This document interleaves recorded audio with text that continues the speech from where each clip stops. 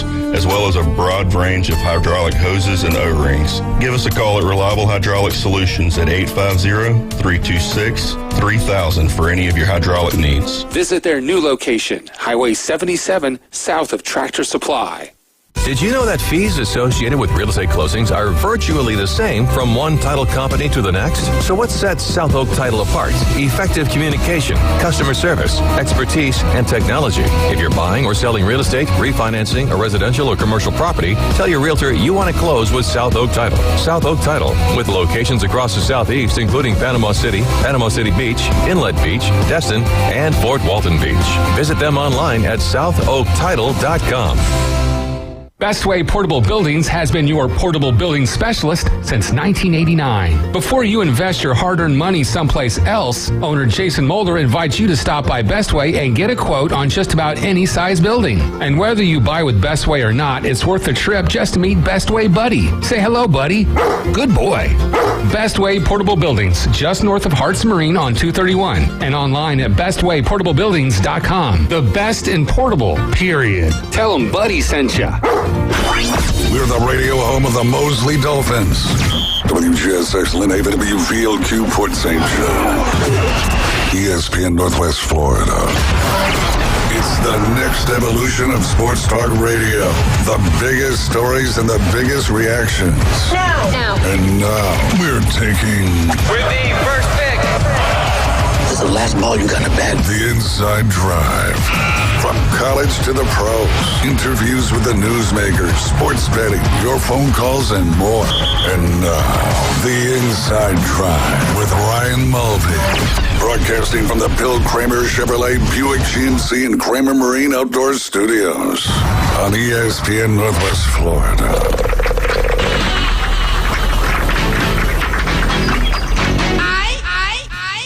And good Tuesday morning inside the Florida Panhandle. Whatever David was saying to me behind the glass, I completely agreed with. So he's probably like, give me $2,000. I'm like, yeah. No, I said I was going to play Britney Spears for your opening song. That'd have been good. That'd have been good.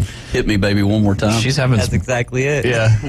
She's having some troubles right now. She's still having troubles? She's just going down I think she's not with anybody anymore, and she's just kind of going down that spiral, unfortunately. Boy. I know that's your girl from the 90s. It is. Brittany. Yes. Yeah. Coming down the hallway with the lockers. I remember listening, had a CD of hers, and I remember... Not a tape? You had a CD? I had a CD. Wow. Yeah, look at you. And I would listen to it. I'd listen from track 1 all the way to track 12. You know what I realized? This is embarrassing. You know what I realized last night when I was watching Wheel of Fortune? It's not a track. It's 8 track. Oh, I just learned that yesterday evening. Really? Now, I never was in the era of them. Right. Cassette tapes were around when I was brought to the world, but I always thought it was 8-track.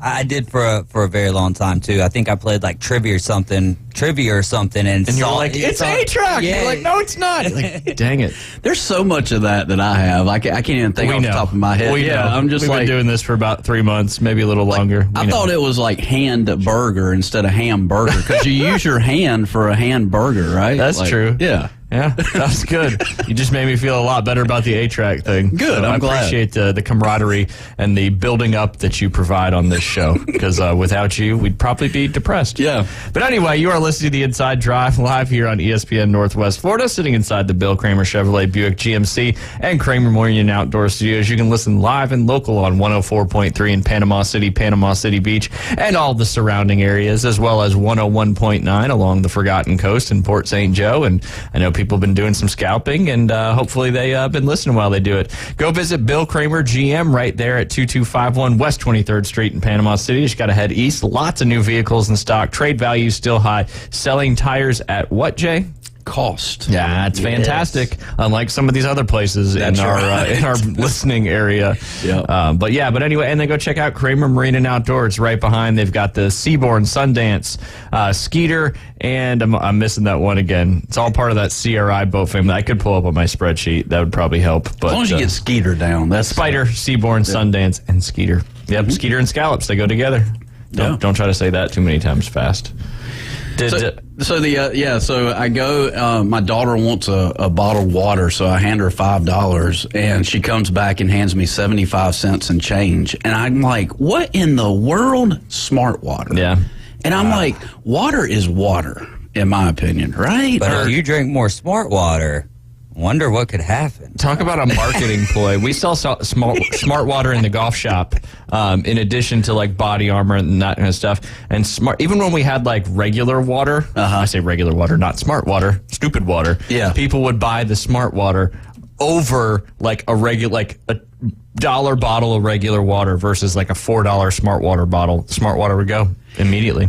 And now she claims that it tastes better. A lot of people claim that it tastes better. I just don't have that palate. I would love to put them all in like a clear glass. Let's and just do that. Yeah. I think that would be a great science project. You can be the guy. We'll do it right here live on the air. You wouldn't even have to put them in a box. You know how they have like those blind test reviews, like tasting the Gatorades or whatever. But with water, it'd be like you don't have to put it in a box because it's water. Yeah, brilliant. Let's get this down. Let's figure this out. What's your favorite spring water bottle? Tap. I love tap water.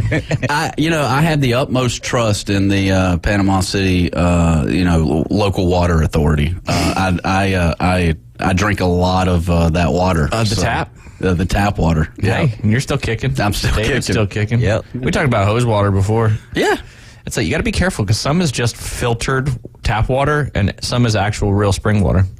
So what do you do? Do you have bottled water in your refrigerator, or do you both? He's got a Brita. I got it attached right to the faucet. Oh, nice. No Brita. Got the filter on the fridge and then bottled water for drinking water on the go. Right. Which apparently your daughter needed to do this morning with that smart Seriously, $5? Anyways, yeah. How big of a bottle was it? It was. I mean, it was a decent size. Giant one. That genius water. Yeah. It's like $10. Hey, how were the food prices at Mercedes-Benz? Well, I mean, he was in the box. Remember? Because I had talked to him about this yesterday before the show, and he's like, "I don't know what you're talking about." Man, he's like, "It was actually a little bit cheaper than that." He was pinky up, having some thanks to your boy Keith. This is not the way I live, and it was cool to kind of see how the other half live for 4 quarters of football. But yeah, I mean, we walk in there at like 6:30, game time 7:30, and the guy comes up and goes, "Sir, the food will be out momentarily," and I'm like, and you're like, I need it out now. Yeah. So, I mean, you're like, wait, you're just gonna bring it to me? Like, I don't gotta go nowhere. Right. So I need, I know that. But somebody was telling me yesterday, and I can't remember who it was, about how the prices were. It was you, Ryan. Yeah, we literally just were talking about that. Yeah, I said, we were talking before the show yesterday about the Mercedes-Benz Stadium prices. Yeah. When I saw that circulate, and I was like, there's no way that's when I went to the Falcons-Niners game last year, Coach Hale was telling me about the prices in the stadium, and I thought, well, maybe that was just for the college games he went to. But no, I mean, you go up there, and I bought like 4 drinks and like food for everybody, and it was like $20. That's cheaper than baseball, which baseball, I feel it's like cheaper is the than cheapest. most. Yeah. Oh, yeah. Like, go to the U.S. Open. Go to McDonald's. Yeah. Go to wherever Jay's daughter bought the smart water from. You're just forcing the fan base to do more tailgating. I mean, the PGA Championship this past year, I think there were more people tailgating outside in the outside the ropes or outside the gates. I guess. BYOB. Yeah, BYOB. But yeah, it's a great point. I mean, if you've got, that's why the Masters is so successful. It's the same point. You know, they don't gouge on their food, and Mercedes-Benz doesn't either. Right. Yeah, we're going to talk. I mean, if you're selling adult beverages at $20 a pop, which is essentially what it is at hockey games and NFL games, and some of these golf tournaments. Yeah. Right. But imagine what, and maybe adult beverage isn't the, let's go with a Pepsi product or whatever, the large souvenir sodas, right? And if you're selling those for, let's say, $10 and you got a packed out stadium, all right, that's one thing. You'll probably sell plenty of them, but you sell them at 6 or 7, now you're probably, the whole family's going to get a souvenir cup. Right. Yeah. I don't understand the decision-making behind all of that. I don't either. Greed. I guess I do understand it. Yeah, I mean, it's either you raise your ticket prices, and then then once you're in the door, then you have lower food prices, or do you lower the ticket price and then just gouge them, I guess, with the high food prices? I don't know. I don't get it. As a fan going to a game, what would you rather pay more for? Like, would you rather pay $20, $40, $50 more for that ticket, but then know when you get in that you're not, necessarily breaking the bank, That's a great question. get a decent price ticket, but once you go in, you got to go find water fountains. Yeah, I mean, I can easily get I can get price shocked on the ticket rather quickly Before the fees even come through, right? Right. But yeah, I mean, if I see a ticket at a lower price, and that will probably get me in the door more than likely. But yeah, I don't know. That is a great question. That's a great question. Yeah. And kind of one of those things too. And you talk about when you bring, multiple kids to a sporting event, right? They want popcorn and pretzels and candy and, whatever. And to be able to do all that at Mercedes-Benz Stadium without breaking the bank, that's a tough one. Because I think, I'm always trying to find the best bang for your abs. I'll click on seats and just keep going until I feel like I've gotten the best seat for the best price. But I think I'd rather have the ticket prices be lower and the concessions be a little more. Yeah, based on I can decide whether I want to get concessions or not. I follow you on that. And in NFL games, 2.5, 3 hours. College football game, no, that's a whole nother story. Right. Because you're in there probably trying to sober up and all that. Yeah, this is true. Do you like to buy your tickets well in advance or closer to the day? I'm normally the type of guy who buys it in advance, knowing, all right, I don't got to stress over it. It's already over and done with. But I feel like the smarter way to do it, in all reality, is just wait until the day of or the day before. You might get your best bang for your buck there. Well, and you see all those apps for last minute ticket and stuff I can't roll that kind of dice. I'm like you. I want to, because what if where I want to be isn't available anymore? And if where I want to be now is double what I paid originally. It's always a gamble, but yeah, I'd rather have it locked down and be ready. Do you have your Jaguars 49ers tickets already? I've had it for 2.5 months. Oh, did you get them straight from the source or did you get them secondhand? I got them secondhand. Oh, nice. From the Geek. That Geek. I always seem to go with the Geek. I don't know why. What is that? SeatGeek. Oh, okay. I got you. Versus, Ticketmaster I stay away from now, ever since the Swiftie disaster. I know you're such a Swiftie. So. Right. I don't think that I have a go-to. You know what I mean? It could be Vivid, it could be the Geek. Now, granted, I'll move around and search, but it seems like SeatGeek always, when I'm buying football tickets, ends up being the least. There's a new one that I've been hearing about. Maybe it's called The Ticket or something. I don't know. There's one out there that apparently has got better deals than everyone else out there, especially when it comes to those not so hidden fees. Yeah, they're not hidden. That's for sure. I mean, thank you, Keith, for those tickets over the weekend, for sure. I did use my Apple Wallet for the first time. I transferred those tickets to my actual Apple Wallet, and so how stressful was that? It was pretty stressful. Were you worried about your phone dying and not being able to show your tickets? Right. That's stuff you got to take into consideration when you do the digital stuff. You do. Yep. And, and then they warn you that, look, if you don't use Apple Wallet, your phone could use a lot of the actual data, trying to search for the ticket, They're whatever. trying to get you to put it in the wallet. That's what they're trying to do. That's right. Yeah. I always worry that it's not going to work. Mm-hmm. Yeah. I was the old school ticket guy for so long, and I'm all digital with most stuff. But, yeah, I was always just how does it know? Yeah.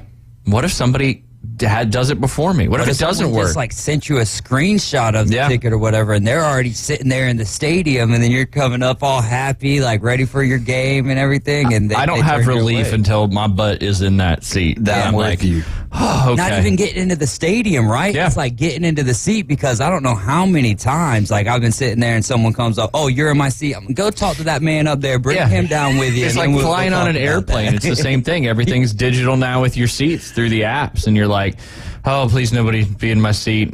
Yeah. Or please nobody sit where I'm trying to sit, and then you got to figure it out and get the flight attendant, and then they call the air marshal, and it's a big scene. And I used to person is not real. That's right.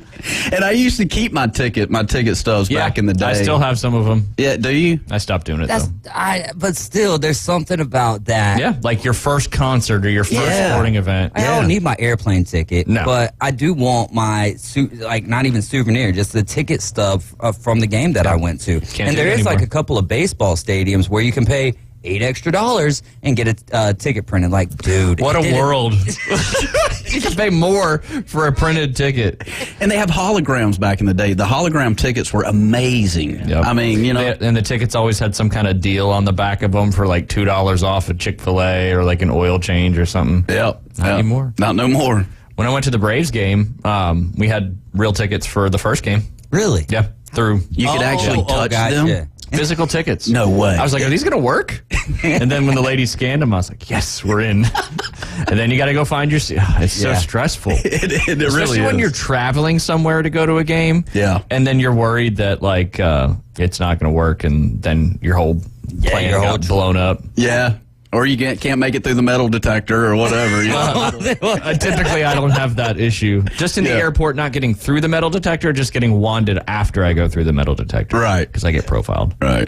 I mean, we're going through Saturday, and this whole security people are just talking about like random stuff. Like they're all gathered up. There's like 8, security people just chilling. I'm like, I don't feel safe. Like these people need to like start, looking like. People's pockets. Were they not looking in people's bags? No, they were just chilling over there, just like preseason, man. Yeah, it must Preseason. be. Yeah. Hey, if you want to make bad stuff happen in a stadium, doing the preseason. Yeah. You didn't hear it here first. One of my other fears, since we're on this topic, is like this happened to me at the Rocket City Trash Pandas game. We bought some tickets that were like right on the field level, and then we get there and like the border of like the ballpark is like at eye level. Oh, wow. wow. Like, that's why the tickets were available. Yeah. So like unknown things, like if you sit in a stadium and you got a big concrete pillar in front of you or something like that. Like I always those older stadiums. Yeah, like the Fenway Park and stuff like that. It happened to me. I said it a couple months ago, but like Cubs-Phillies game in 2007. I mean, this was almost 20 years ago, but I have been waiting on that moment, and sure enough, I'm right behind a pillar at Wrigley Field, and it was the most disappointing I thing know. You're in the so world. excited. I know. I mean, you're a Cubs fan as a kid, and you've watched, Harry Carey, and Yep. oh, and now my you God. get to look at a concrete pillar. Yes, yeah, And now they build stadiums like they're just unbelievable. they are. They The really. roofs open up and Yep. people come diving in from the top. Yeah. That's impressive right there. That is It's impressive. flat on the top of the stadium. But yeah, it's like when we went to the Braves game, we were underneath this second thing overhang. So like the excitement of catching a foul ball, as soon as we got to our seat, went right out the window for Liam. But the See? excitement of not overheating was Glorious. phenomenal. We were on the first base side, so we were outside of the sun, which was good. But yeah, I mean, there's a lot of that's why like when I'm buying tickets to something, I will do so much research, trying to find where this is, where that is, where are the players coming out, what's the best viewing angle / closest to the players, all that particular stuff. Absolutely. You know what's really good for that too? Facebook groups. Yeah. Oh, yeah. Yep. There's a viewyourseat.com too, but you're reliant on other people posting and then putting that picture in there. Oh, okay. And it's never your exact seat. I mean, But, what did we do years ago? Like we just you just bought your tickets and went. We just We're gambled. just happy to be there. Yeah. That's Now true. we're complaining. Yeah. We're even more entitled now. The entitlement in this first segment is overwhelming. It is. What was your tip of the week last week? I can't remember, Ryan. I can't either, but I remember when you were telling it, I was kind of confused as you were talking about it. What are we? You got another was one it, for this? Was it the right hand? I feel like that was 2 weeks ago. it may have been. Wax on, wax off. Yeah, You got one for this week? I do. All right. Yeah. Here Is you it- go. It's Jay's golf tip of the week. All right, let me get to my. Let's see here. Did you actually plan something out ahead of time? I know this is crazy, huh? Man. Yeah, I know. So Peter Jacobson, you remember Peter Jacobson? I do. PGA Tour veteran, was asked how he felt about missing a putt on the last hole of a tournament. He said, "I didn't miss the putt. I made the putt." So there are 3 things that you have to do when you're putting, and one is choosing the best line for the putt. That's number 1. The second is getting the best feel for the pace. So getting your line and your pace. And then third, making the best stroke you can. So what Peter Jacobson is saying is I did all 3 of those things, and I'm not mad because I didn't make that putt.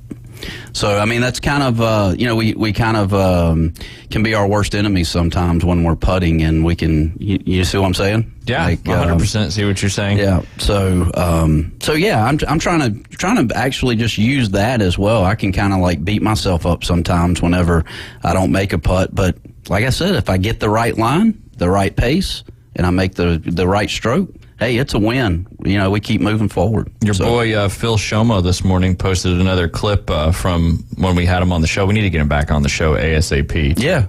Obviously we had that one talking about how many times you actually physically do something in golf, but another one that he posted from when he was on the show was talking about how quickly when high-level golfers are out there playing, they quickly, something goes awry, it's immediately something with their golf swing. Right. And because we're so analytic-driven nowadays with the TrackMans and the flight scopes and all this stuff, it's got to be something mechanical. Yep. And I think it's just a tough way to look at the game of golf because it could be a million different things. And what you were just saying there with the putting side of stuff, I made it, but you really didn't. Right. But it's your mindset. Yeah, you've got to convince yourself. You do. Because you're going to miss more often than not with 90% of your shots, not your putts. But if you think about it, if you two-putt every green, that means you've missed 18 putts out of 36. That's right. That's right. And it's 50%. Yeah. And just what Phil said, a golf swing takes less than 1 second, right? So, our human brain can't, function and think about too much. It's like I keep saying, it's the mindset that you have prior to number one when you play golf as to what that golf round's going to be. And a lot of my students, hear that from me. Yeah. It's what happens off the golf course that kind of dictates what happens on the golf course. Yeah, because that's how you react to what. And our good friend Steve had just said, Dave Pells, he always said, all good putts don't go in. Ah, there you go. Yeah, I forgot about Dave Pells. Yep. Yeah. It's because everybody hates Phil Mickelson now. Right. So, anyway, but we got our first break. When we get back, Mosley Volleyball got underway last night. I'm going to give a little update about that. I know Rutherford, they played Rutherford, and I want to talk to a little bit about, David Hayes is going to be on the airways for Mosley football coming up here in a couple days. So want to let everybody know about that coming up. But you're listening to The Inside Drive live here on ESPN Northwest Florida.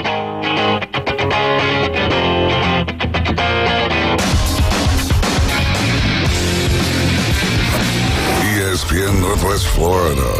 We're taking the inside drive. Nashville should be the capital of Tennessee, not Memphis. You heard it here first? Memphis, man, I got some stories about Memphis. Man. I used to be, we used to play the Redbirds right there, and, close enough where you had to walk. Dude, after the games, I'm like... He said, Oh, man. Join Ryan Mulvey. Thank you very little. Middays 11 to 1 on ESPN Northwest Florida. Good morning. This is Joanna with your weather forecast from ESPN Northwest Florida on this Tuesday. Mostly sunny this afternoon and evening with a wind coming out of the southwest at 9 miles per hour and a high of 94. Tonight, look for mostly clear skies with a temperature near 83. Tomorrow, a high around 96 and mostly sunny most of the day aside from a chance of thunderstorms in the evening. This weather forecast is brought to you by Earthworks of Northwest Florida. Thank you for keeping that dial on ESPN Northwest Florida. Rely on it. Great design is timeless, and that's why Tracy's Fine Jewelry inside Coin & Bullion Reserves offers a stunning selection of vintage, antique, estate jewelry on sale now at 40% off. Exquisite Victorian rings, Art Deco diamond brooches, Georgian and Art Deco bracelets, earrings, and pendants. These one-of-a-kind pieces add personality to any ensemble, and now at 40% off. Find your timeless treasure at Tracy's Fine Jewelry inside Coin & Bullion Reserves. Los Rancheros has been doing it right for 20 years. Los Rancheros brings a top-shelf dining experience to you with the opening of their beautiful new building. Watch all college and pro games on Los Rancheros' 14 large-screen TVs with great drink specials daily from 2 to 5 and during all the games. Los Rancheros, the place for live sports and great food on 23rd Street between Jenks and Harrison. We're starting fresh. Fresh new start. Locally sourced, Farm to Radio. The Inside Drive with Ryan Mulvey is live and local. From the Bill Kramer Chevrolet Buick GMC and Kramer Marine Outdoor Studios on ESPN Northwest Florida.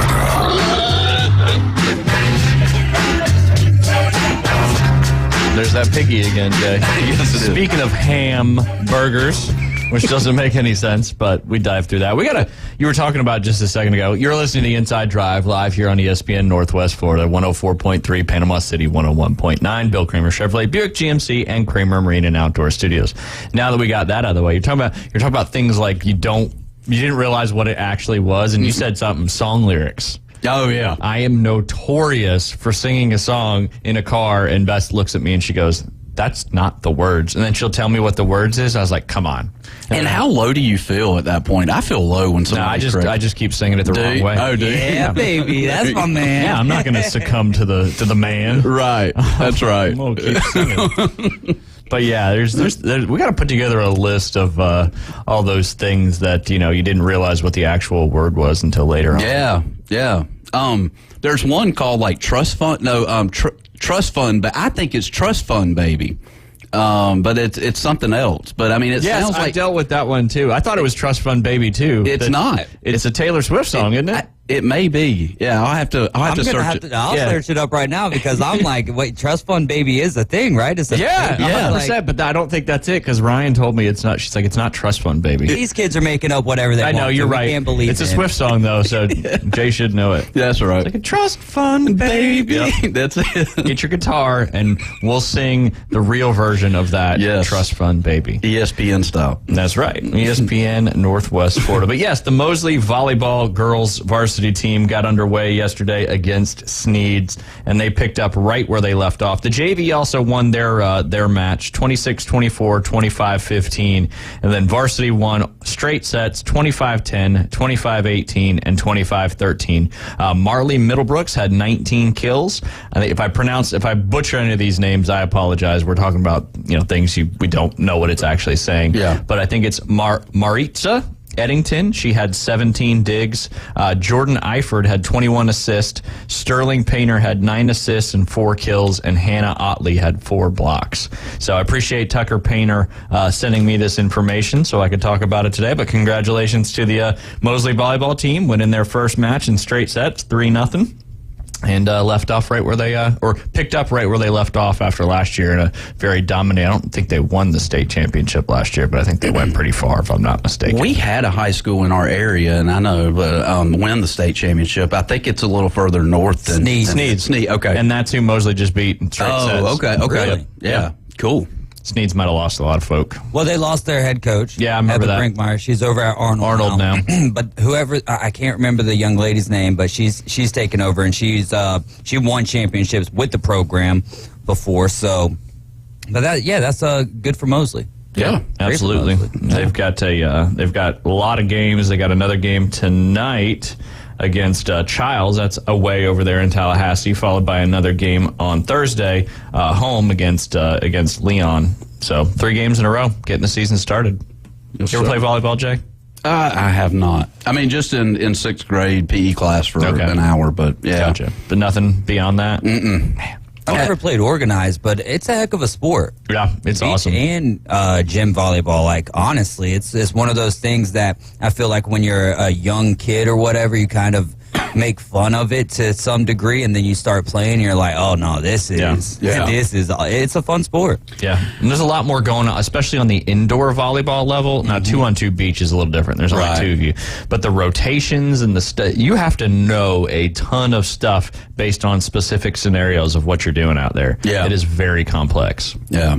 The only thing I remember is, like, we do 9 versus 9 in PE class, and then, like... 9 versus 9? With a big old ball, too. Yeah, with a big beach ball? Oh, yeah. And then, then you would rotate. You'd almost be like a Z formation. So when, you'd get a point, then you would rotate. And that's how everybody thinks volleyball rotations are, but that is not the case. It's not the case. Any stretch of the imagination. You got like the 6-2 rotation and all these. It's a lot of strategy involved. Huh? Yeah, a lot of different things going on, and it's a lot to practice and take in. And I know Ryan, she's on the UA middle school team, and that's one of the things she's trying to understand and learn right now is how the rotation works. And I was like, if you learned all this now, I said, by the time you're moving into high school, you're going to have a huge advantage. Yeah. So it's complicated. And then the Mosley Dolphins football team gets underway against Rutherford on Thursday night, and that'll be called by your very own DJ Davey Crockett up there. Is that Tommy Oliver? Yeah, it's going to be Tommy Oliver. We're actually going to be doing the afternoon underdog show from up there in the press box. Sweet. Kyle will. So that'll be going on from 4 to 6.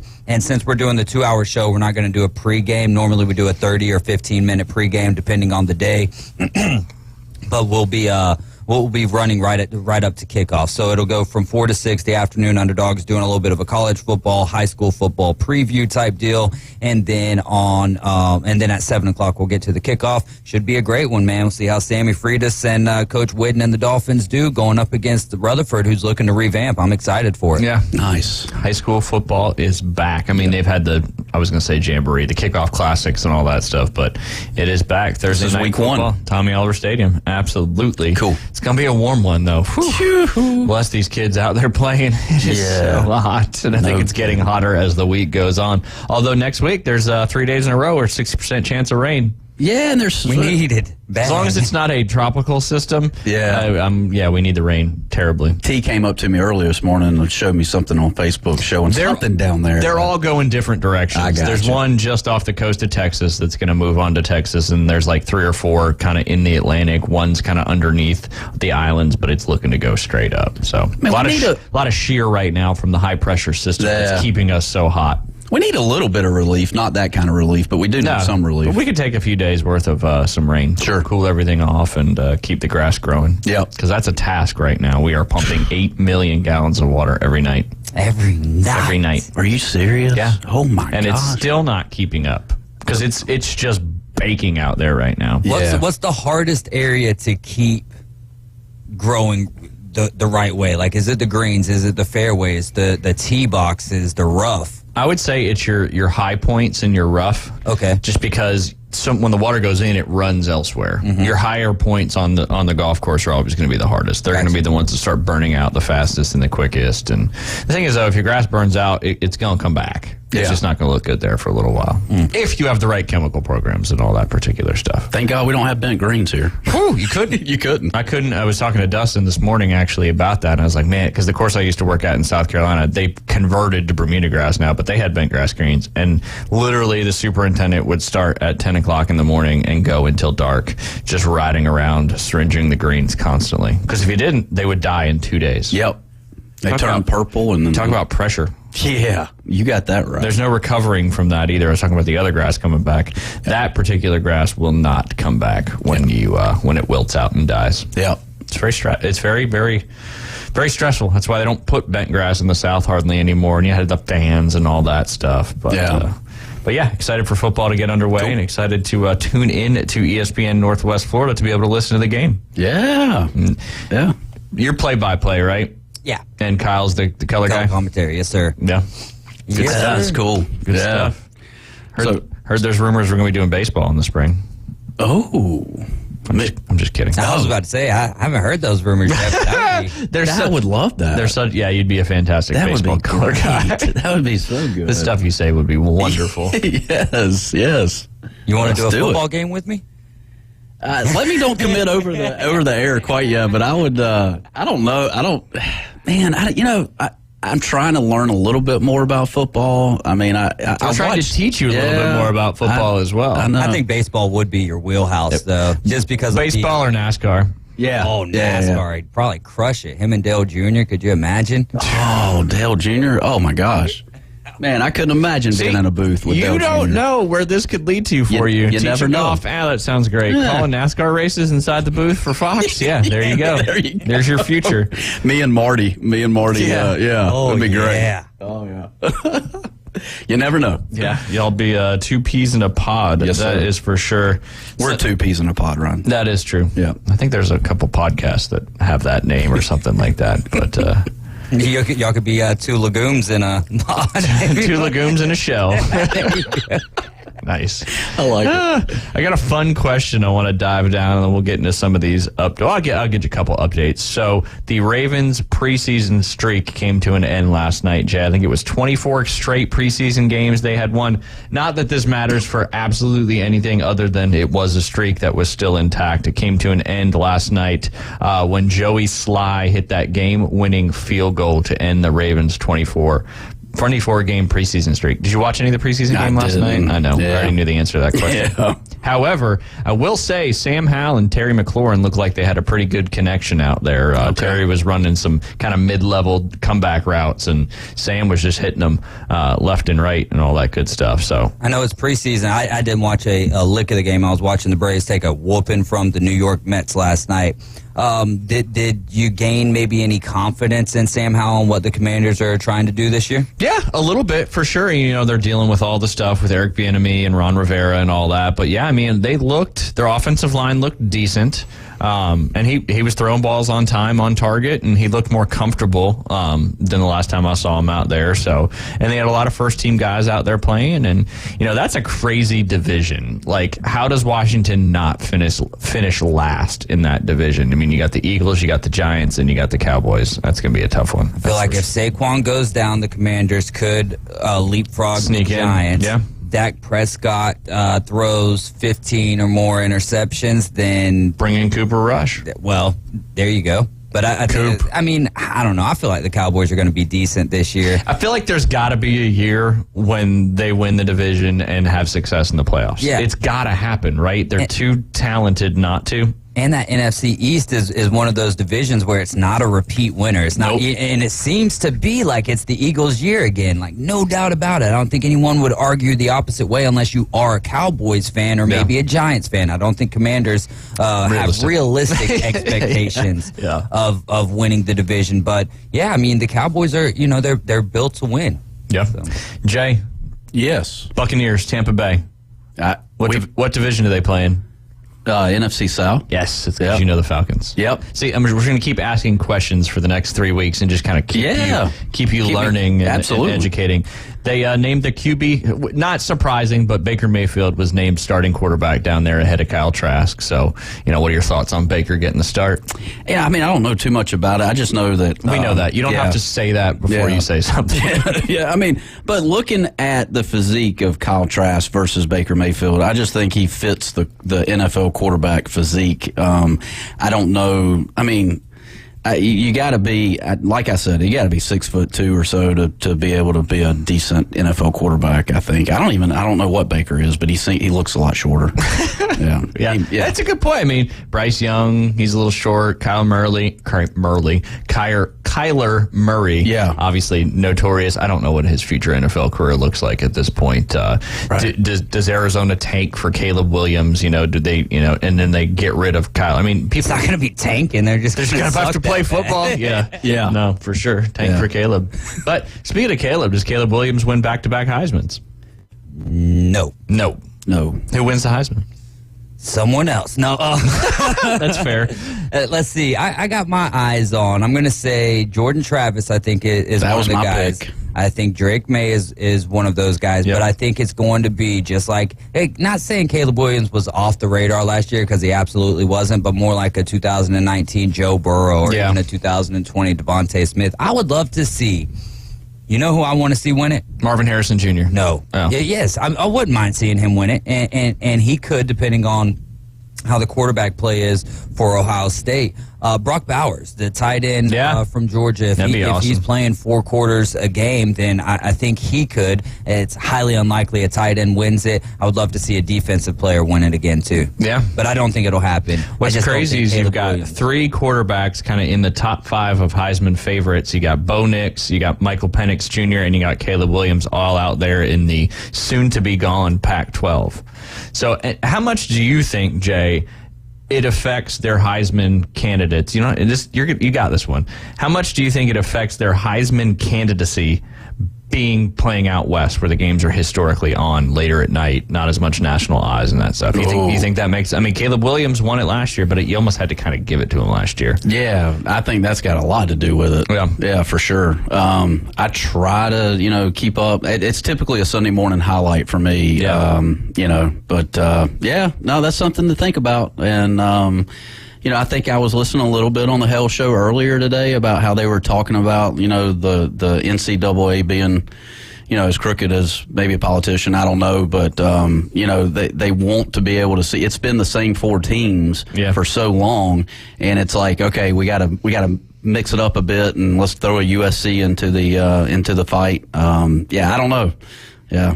Well, and speaking of USC, it came out earlier today. I mean, this is, you never know because this is further off in the distance, but the top 2026 quarterback, or the top prospect, Julian Lewis, he committed to USC earlier today over teams like Ohio State, Alabama, Georgia, and LSU, and basically came out. Now, committed doesn't mean he's going there. People flip all the time. Yeah. But what he said, the sole reason he's going out there is because of Lincoln Riley and what he's done with other quarterbacks. And, you know, we were talking about Baker Mayfield and Kyler Murray and Caleb Williams. You know, he's developing these guys into Heisman winners and top NFL draft picks. So the kid's 6'1", 185 pounds. He goes to Carrollton High School in Georgia. Okay. You know where that is? Sure do. Where's it? It's about 40 miles west of downtown. Off I-20. Downtown Atlanta? Mm-hmm. Gotcha. Yeah. Yeah. Seems to be like the mecca of high school football. And West Georgia, and, college, and there's all kinds of, there is. And, you know, we had our Callaway, I can't remember his name now, but our Callaway high school guy from a few weeks ago here talking about that breeding ground. Andrew. Yeah, I'm your sorry, boy. Andrew. Yep. Yeah. But absolutely. But yeah, he chose USC basically because of Lincoln Riley. And obviously they'll be in the Big Ten next year as well, so things are certainly a little different. But Coach Riley being the quarterback coach and OC makes USC different than a lot of programs. He's proven all he does is turn quarterbacks into the best players in college football. Again, he's the number one commit out of the 2026 cycle, which is obviously 4 years from now. Okay. 3 years from now, because it would be the start of this particular season. Yeah. But, you know, interesting to see there. Yeah. It's funny, the kid said, too, it's, I didn't realize how much history they have at quarterback. He's always heard about Reggie Bush and that kind of stuff, but they've had a lot of Heisman winners there, and they've won 11 national championships at USC. That's crazy. So, and now next year they'll be in the Big Ten. And I wonder if that, he's talking about it straight being because of Lincoln Riley, but I wonder if them going into the Big Ten kind of makes the decision a little easier to go to USC versus an Ohio State or something like that. Could be. But yeah, he won the state championship as a freshman in Georgia's largest class. His high school coach Joey King also worked with Trevor Lawrence. He got his first scholarship offer when he was in 8th grade from Dan Mullen, who's no longer at Florida. But he flat out says before we take a break, if Lincoln Riley doesn't go there, it's not an option. I'm not going to USC. Then he's going to Alabama or one of these other places. He said with the word of NIL and that school academically and everything LA can bring, seeing that type of focus Caleb has had and talking to Caleb's dad about it, there's nowhere else to go, and it seems like a smart move. So there you go. Top recruit out of the 2026 class has been landed over there at USC. When we get back, I want to ask you guys an interesting question about some of your favorite sports teams. You're listening to the Inside Drive live here on ESPN Northwest Florida.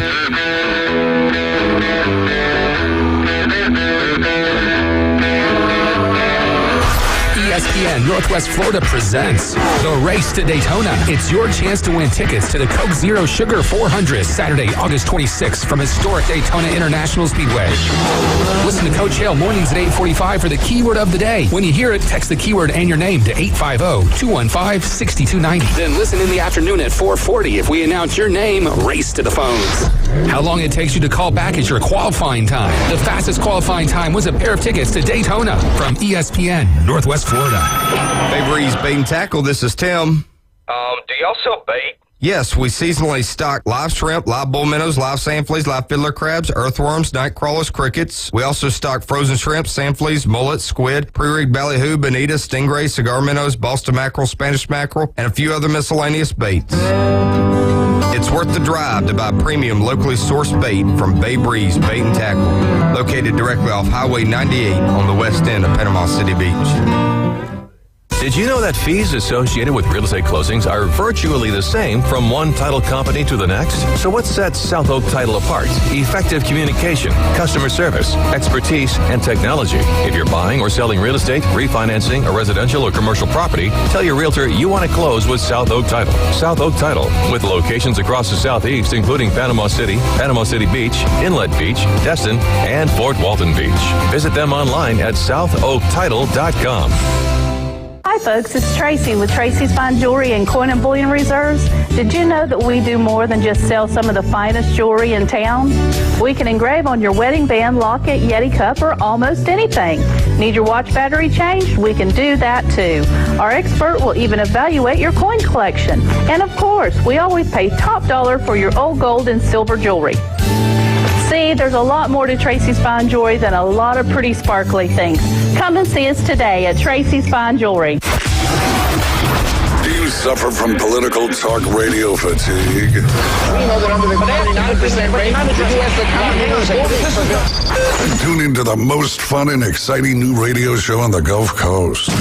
It's The Inside Drive with Ryan Mulvey. From the Bill Kramer Chevrolet Buick GMC and Kramer Marine Outdoor Studios on ESPN Northwest Florida. Are you ready? Oh, is you ready? Ready? You say you ready? Oh, whole squad ready? Ready? And welcome back. You're listening to The Inside Drive live here on ESPN Northwest Florida. Sitting inside the Bill Kramer Chevrolet Buick GMC and Kramer Marine and Outdoor Studios. You can listen live and local on 104.3 in Panama City, 101.9 in Port St. Joe. You can watch us on Facebook, YouTube, and Twitch. Just search ESPN Northwest Florida. Click the subscribe, like, share, all that good stuff. Make sure you're getting the word out about us. You can also visit ESPNPC.com. Click that listen live button and download our free mobile app inside the Google Play or Apple Store. You thought I was going to ask you this time, Jay, didn't you? Yeah, You knew. I knew. I was trying to get the whole thing in for once instead of just talking about That random song stuff. was Trust Fall by Pink. It's a trust fall, baby. And you think it's trust fund, baby. No, I've thought it's trust fund the whole time, and then Ryan Thank told me it you. was something different. I am so, man, thank you. Y'all were talking about a Taylor Swift song. I thought you were just No, it's a talking Pink about- song. It's a Pink That song. shows you how much I know. Okay. It's not even Taylor Swift. Yeah, it's Pink. Yeah. Oh, Trust, okay, but trust it's not- fall. but Trust Fund Baby wasn't the point of the conversation. It was what that song was. Yeah, well- It's not Trust Fund Baby. Yeah, it's Trust Fall, baby. Trust fall, yeah. When we were talking about All right. thinking something, Yeah, listening, no, I got hearing you something now. different, yeah. I'm Anyways. understanding. Good job.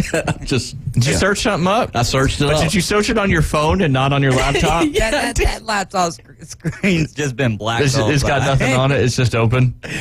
Yeah, I'm looking at. I see the at- Georgia Bulldog sticker on the back. I'm looking at different football positions right now. Just kind of like. Like what? Yeah, just where safety. Enlighten the viewers who can't see what you're doing on your laptop. I got a bunch of Or the X's. listeners. So the O's are offense and the X is defense. And you got. I can't wait till Alan at the end of September. He's going to come down and he's going to come into studio and Is hang out. Alan coming down? Yeah, the end of September. Oh, okay. Yep. Oh, cool. Yep. He's going to the Niners-Jags game as well. So No way. Yeah. Oh, that'll be great. it'll be awesome. Yeah. But yeah, because he knows football and like plays, and he knows it like he's a coach. Yeah. and it's fun listening to him. So I'd love for you and him to just have a very candid, direct conversation about how football is actually played.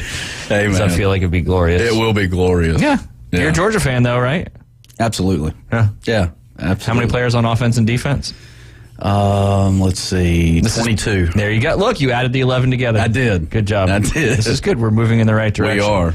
Yeah. I want to get to this thing, but real quick, the big news yesterday was the Colts are allowing Jonathan Taylor to seek a trade and are basically saying it's going to take a first-round pick or a combination of picks that would equal that first-round pick. So where do you? A lot of people are saying he's going to the Dolphins. Now, David, I think I heard you talking on your show in the afternoon from 4 to 6 p.m. right here on ESPN Northwest Florida that you picked up Jonathan Taylor in one of your drafts. Josh Jacobs. Josh Jacobs. So that makes Mike. No, I wouldn't even. I wouldn't touch Jonathan Taylor with a 10-foot pole. Okay, so say you drafted Jonathan Taylor. Where would you want him to go? Where would I want him to go? If you had him on your fantasy team, and now, man, let's see. The Dolphins would be good, but there's so many mouths to feed over there. He's already behind training camp, and anyone who gives up a first-rounder for Jonathan Taylor. Yeah. It's probably not going to happen. He's probably going to be on the Colts. Well, I think that's why they're asking so much is like, hey, look, we'll play your little game here, but we're going to ask so much for you. And the thing, what creates curiosity for me is the fact that we don't want to pay you, but we want a first-round pick for you.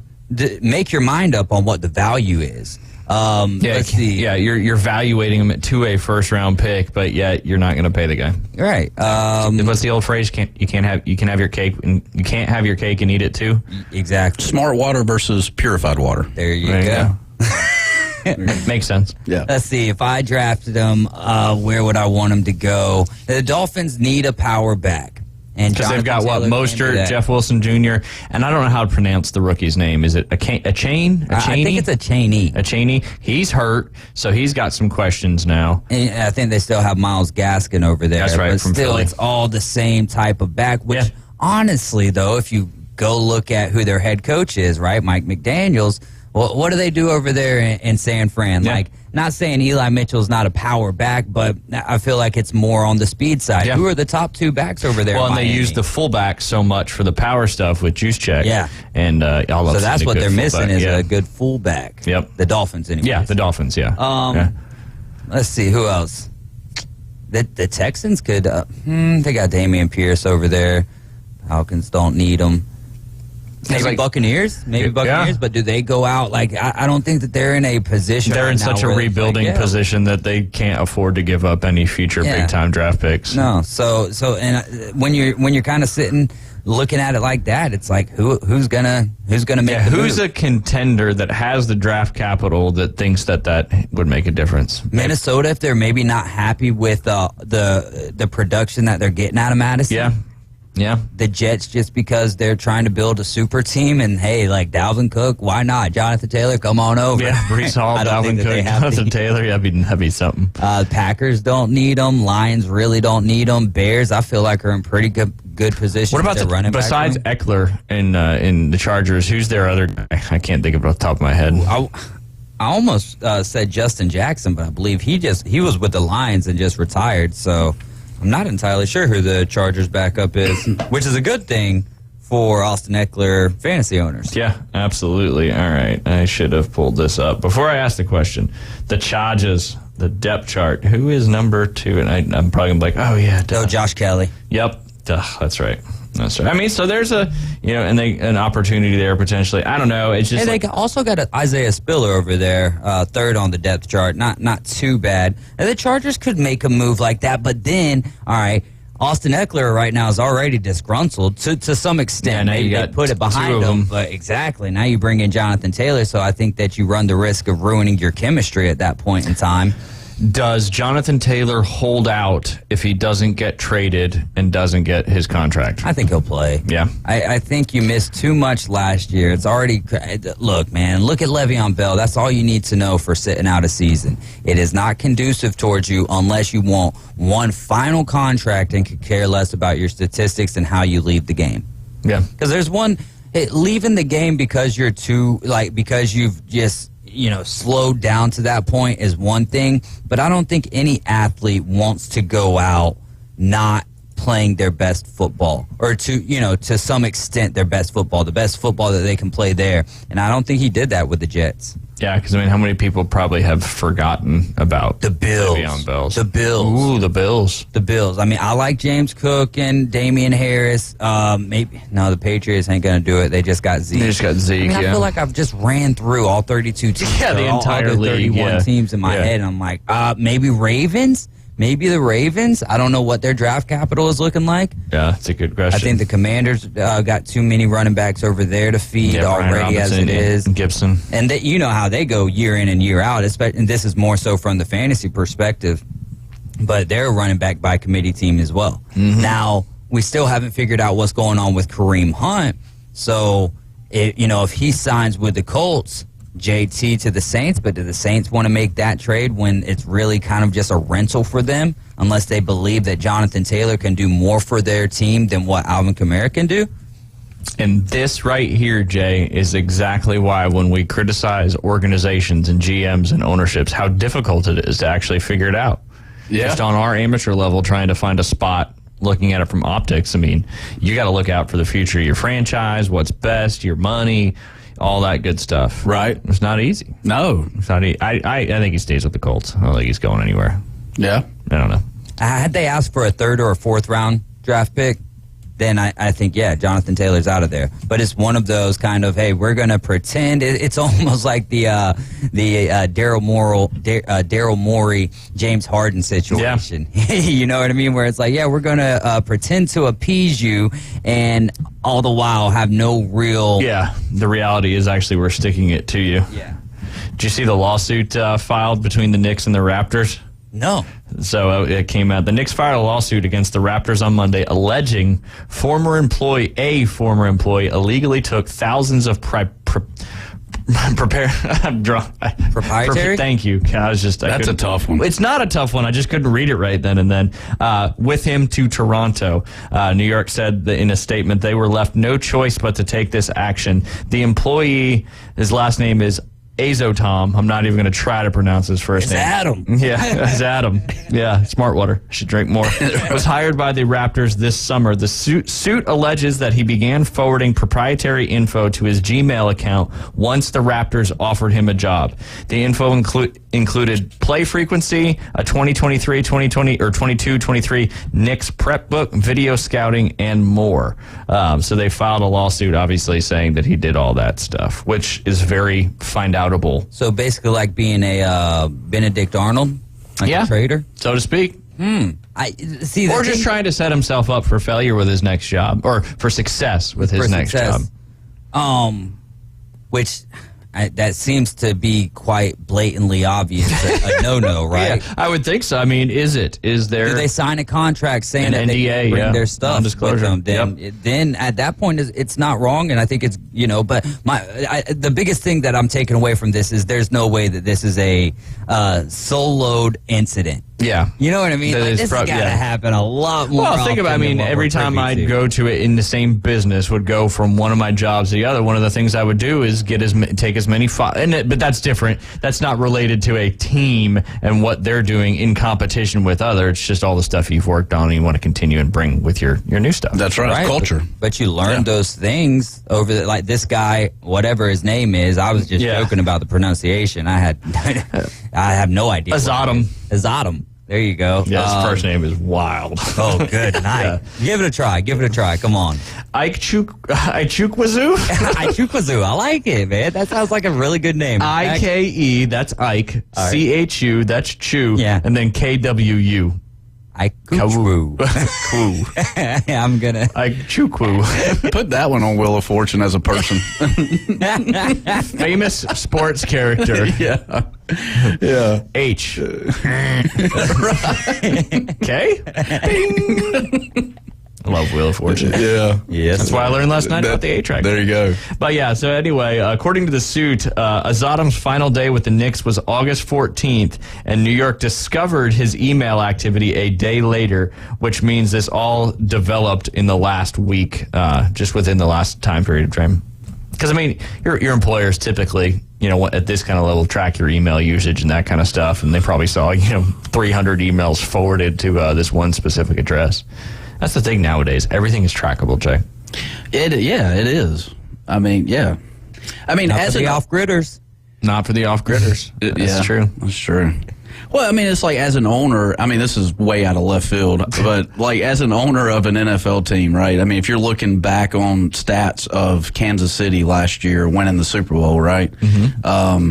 As an owner, are you looking at the amount of yards passed and all that and like beating that home to your coach being like, we've got to pass 4,500 yards because this is why Kansas City won the Super Bowl last year? To a certain degree, yeah. Not like that specific, but like their schemes offensively and defensively, like what are they doing, what level of the field are they attacking, like that kind of stuff. But that's all information you can watch in film, where this is more alleged, like all the stuff that the Knicks are doing internally. Yeah, he's bringing with them to the to a different team, and they play on December 1st.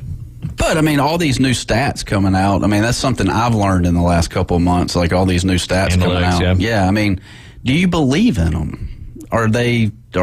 It's a lot of it's so situational, so you've really got to dive even further down into certain analytics and that kind of stuff. I think it's always a mixture, right? Take the analytics, not a little bit more than a grain of salt, but the eye test has to be there. The heart has to be there. There's just this a mixture. And you want to get it, it's impossible to get it right. But analytics, in my opinion, do not tell the whole story. It's still a guess. Yeah.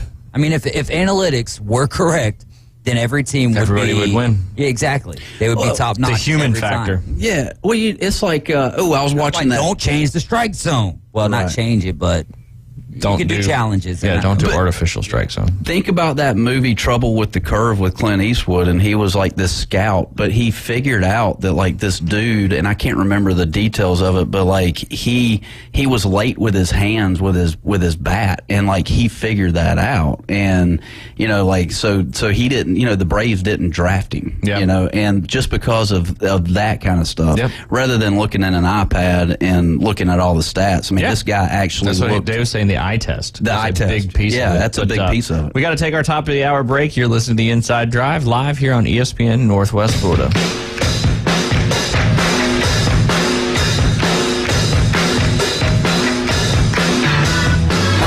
ESPN Northwest Florida presents The Race to Daytona. It's your chance to win tickets to the Coke Zero Sugar 400 Saturday, August 26th from historic Daytona International Speedway. Listen to Coach Hale mornings at 8:45 for the keyword of the day. When you hear it, text the keyword and your name to 850-215-6290. Then listen in the afternoon at 4:40 if we announce your name, race to the phones.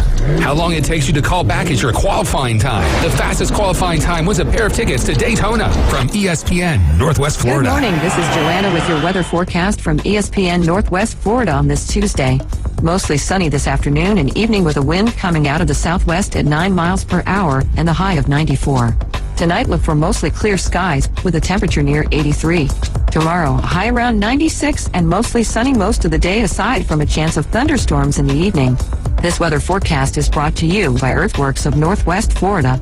Thank you for keeping that dial on ESPN Northwest Florida. Rely on it. PCB Hobby, the beach's premier hobby store for sports cards, comics, coins, and trading card games. PCB Hobby carries the largest selection of boxes and packs from the latest releases of brands like Topps, Panini, Leaf, and more. Looking for a specific player or team? PCB Hobby has a wide assortment of raw and graded cards. They carry parallel rookie, game used, and autographed cards in both modern and vintage. Have a collection you want to sell? We buy, sell, and trade. PCB Hobby on Back Beach Road, just east of Florida Linen. Call 850-320-8388. The Atlanta Braves play here. And the Braves are back in front. WGSX Lynn Haven, WVLQ Port St. John, ESPN Northwest Florida.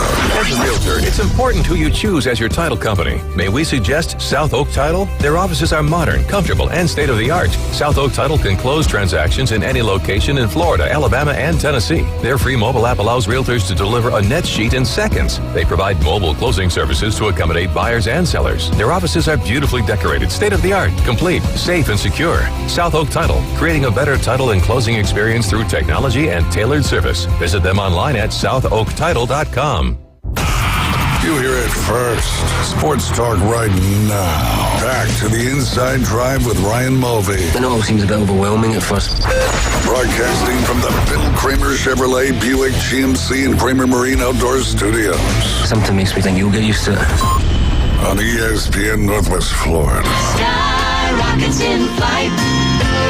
Afternoon delight. And welcome back. Or I was going to say hello, friends. You're listening to the Inside Drive live here on ESPN Northwest Florida. Sitting inside the Bill Kramer Chevrolet Buick GMC and Kramer Marine Outdoor Studios. You can check them out over there at 2251 West 23rd Street. Check out all that new and used inventory at BillKramerGM.com or switch over to the outdoor boating side and visit KramerMarineandOutdoor.com where you can check out all their new and used boating inventory, selling Seabourn, Spider, Sundance, and Skeeter boats, all part of that CRI family of boating. A lot of good stuff going on over there at all the Kramer things. And want to give them a shout out too. They're getting involved in the they got a team in for the big Ellis family fundraiser. If you didn't listen to the show yesterday morning, we're trying to help out a local family in need. One of Beth's Beach House Salesman agents, her husband Nigel, was diagnosed with an extremely rare form of cancer that he's going to need some treatments for and be out of work for a while and no health insurance and that kind of stuff. So we're trying to do as much as we possibly can to get a big golf tournament going on September 30th. Got to give Rudy's Barbecue a shout out, a sponsor of the Coach James Hale Show.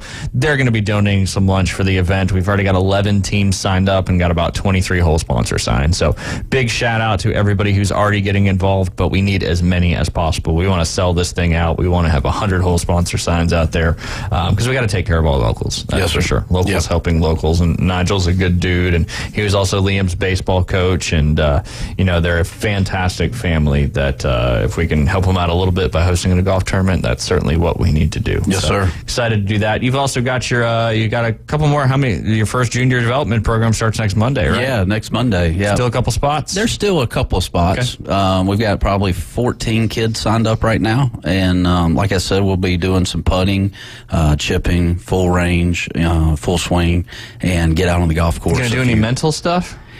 There's some stuff I can do with mental. I was just curious. Yeah. I was just curious. Bring in DJ Davy Crockett. Yeah, there you go. Tell him how to mentally approach the game of golf. That's it. Hey, that's perfect. I could use DJ Davy Crockett out there. Definitely. That's for sure. Definitely. Yeah. But we're bringing it back too. We're gonna do another big sale over Labor Day weekend.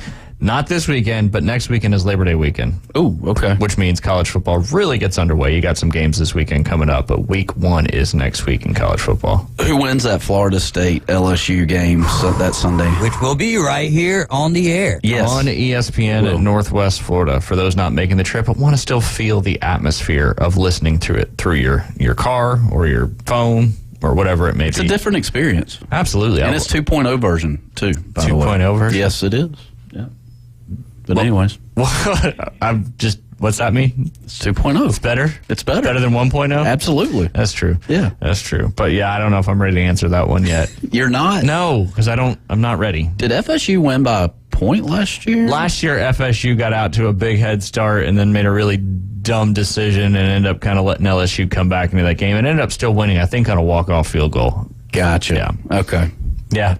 I don't know. I'm not ready to make that decision yet because I don't want to give you any advice before we start doing our pick'ems. We'll start doing our pick'ems next week. Yeah. We'll do a little college, a little NFL, and maybe you'll pay attention and know what's going on. Maybe. Or maybe you'll get blind luck. I don't know.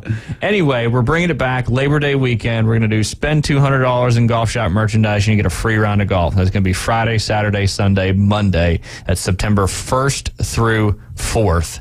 And it's a very popular sale that we did for Memorial Day weekend. We did it for Father's Day, and we're going to do it again for Labor Day. And you might as well, if you're going to come out and play golf and spend money on your round anyway, you might as well get a free round of golf with it. I know David Hayes got like 16 free rounds of golf with his brother getting a Stealth 2 driver. None of those. He got them. He got them. Hopefully when he comes into town, he's a good brother and let you go out and play. Absolutely. He's like, he's supposed to do like, 6 weeks on, 2 weeks off, and he's like, I'm probably gonna do like 8 more weeks on. I'm like, all right, brother, keep on rolling with it. Hey, it'll be cooler by the time it gets back. That's true, man. The last time that we played, I was like, this might be my last time for the summer, bro. That is certainly. Unless we can play some night golf. Yeah, I mean, even then, it's still 88 degrees. You gotta wait till like 12 o'clock. Yeah, the bugs come out. Night golf at Bay Point, that would be. We've done it. Yeah, it'd be fantastic. Everybody's like, why can't you just put lights on the driving range? It's not as simple as just putting lights on the driving range. It's a lot of money. Oh yeah, and then you'll have the folks that live on one fairway,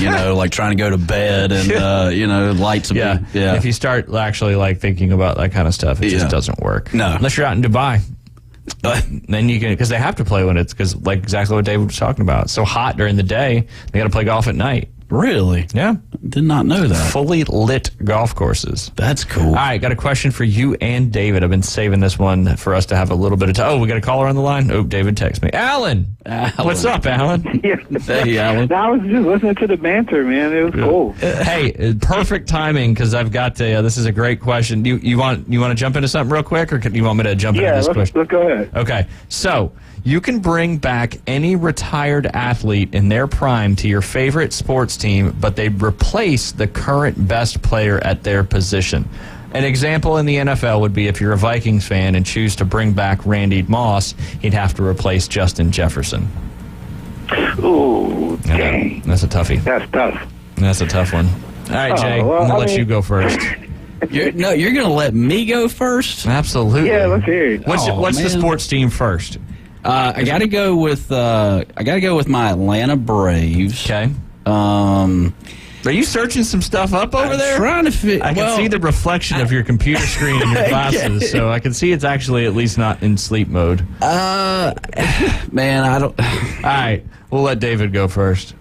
All right, just any team or any of your favorite sports teams. So the Braves, the Titans, the let's go. All right, let's start with the Titans. Let's bring in Bruce Matthews. so that we can get a little protection there, and we'll get rid of. I couldn't even tell you who the best one of offensive the line- best. Yeah, whoever the best offensive lineman is. Yeah, That's easy. And then Alabama I would take a quarterback, right? Because there's just so many question marks. And I would go with A.J. McCarron. And I know he's not the, flashiest or whatever, but he was one of my favorites. Yeah, there you go.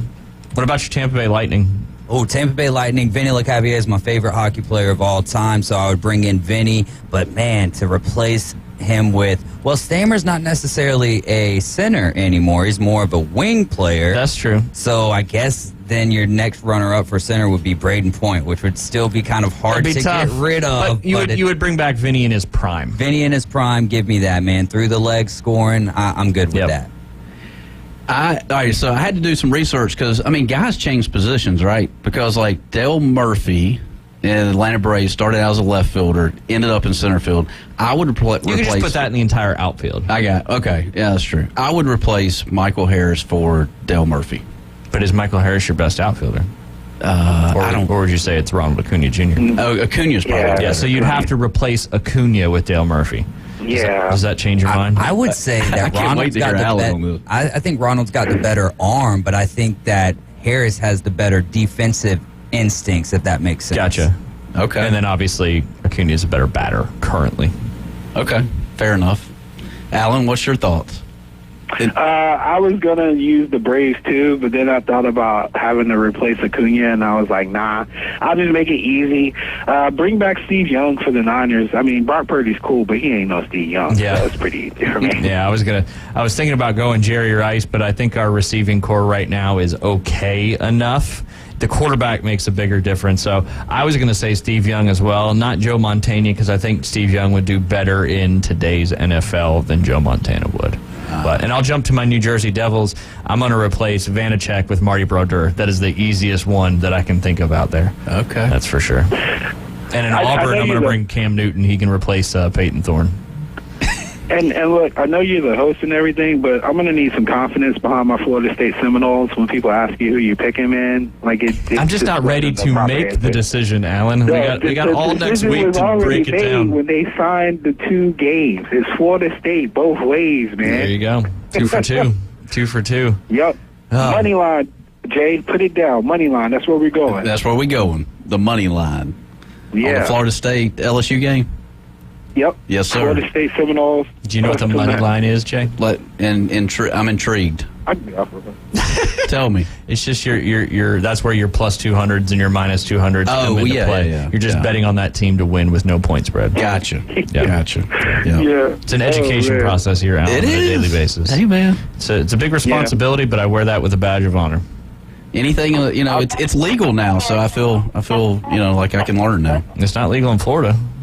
Oh, well, yeah, that's right. Yeah, illegal. Yeah, it's still legal, so I'm not talking about it. There you go. But you can. Hey, look, before you go any further, Jay, let's get this book, read about how Phil did it, and then we'll start making statements on the air. There you go. There you go. That's it. Be careful. What's a NASCAR driver you'd bring back, Jay? Oh, boy. Dale Earnhardt Sr. I know. Yeah. It's an easy one. Gotta bring him back. He's the greatest, man. Intimidator. Yes, he was.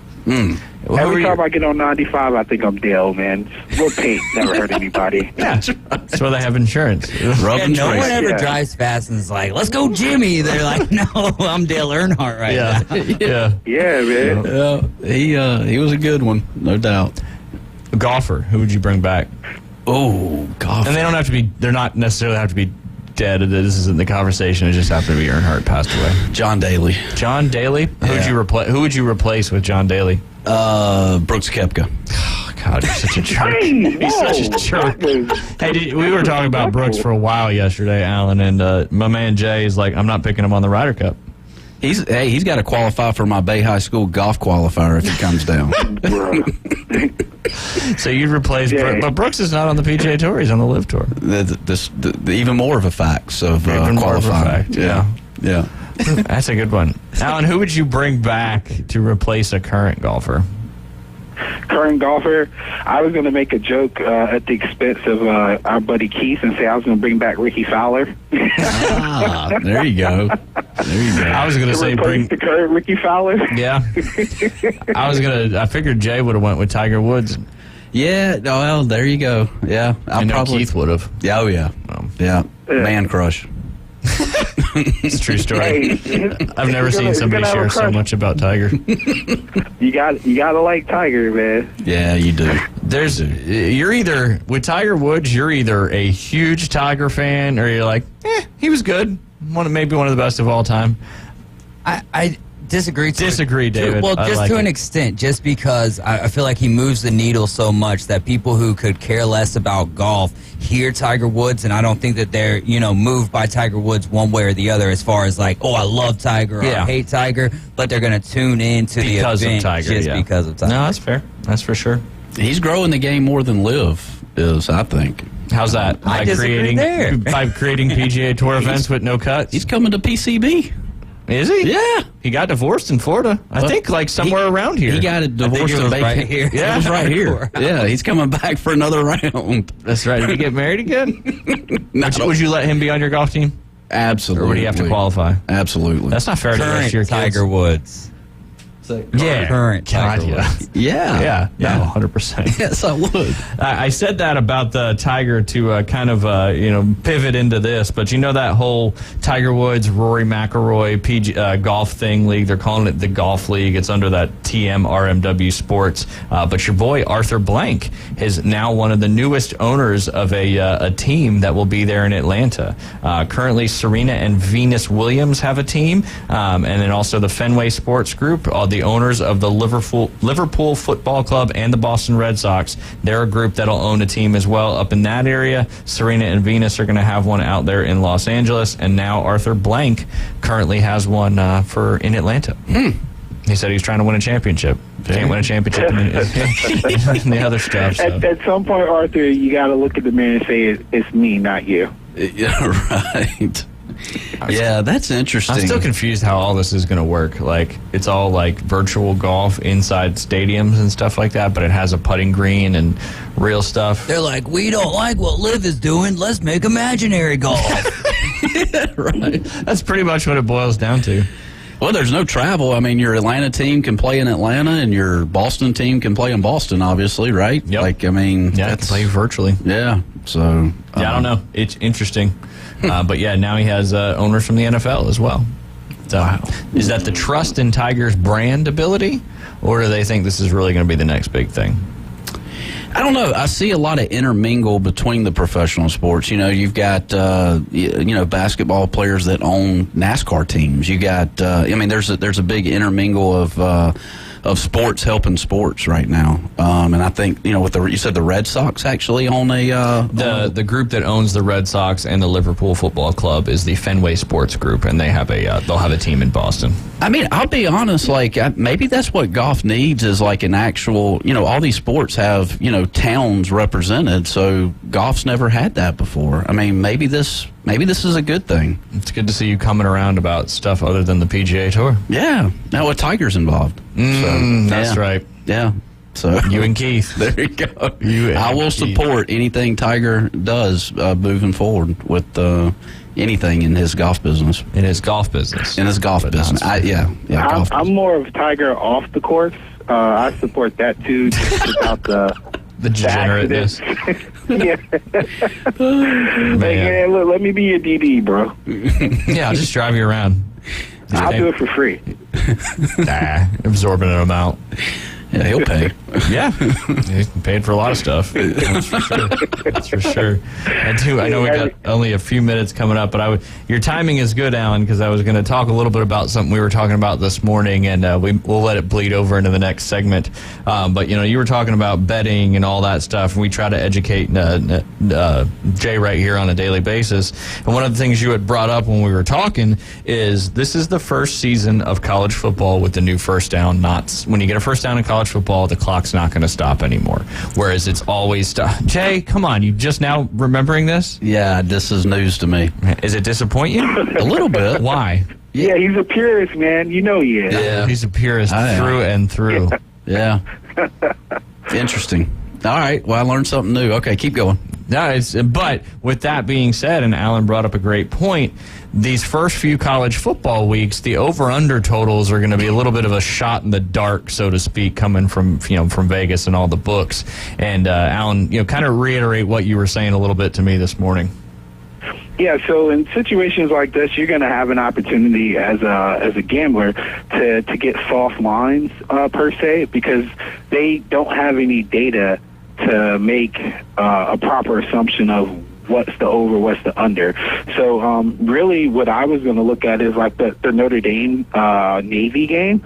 Like Navy runs triple option and the clock's going to be running. I mean, that's going to be like a quick first half, a quick game, honestly. And I thought the total was a little bit high, especially with the clock controlling offense that that Notre Dame typically runs as well. And what you'll see is throughout the first 3 weeks, they're just going to be guessing, honestly. But after 3 weeks, like I was telling you, Ryan, that's when they make their money back and they start laying traps. So if you're looking to get into college football betting and you're looking at the over-unders, give a good consideration to a lot of unders, especially in the first half. So you can split the bet up into a prop and just take the first half under, because, again, they don't have any data to make a good estimate on what the score is going to be. Alan, my thoughts on this is I think this is our first segue into moving the chains away from the game. I think they moved to lasers in the next. No more chain gang? No more chains. Yep, that's my thoughts. I think they're segueing. The Sharks going to have laser beams on their heads?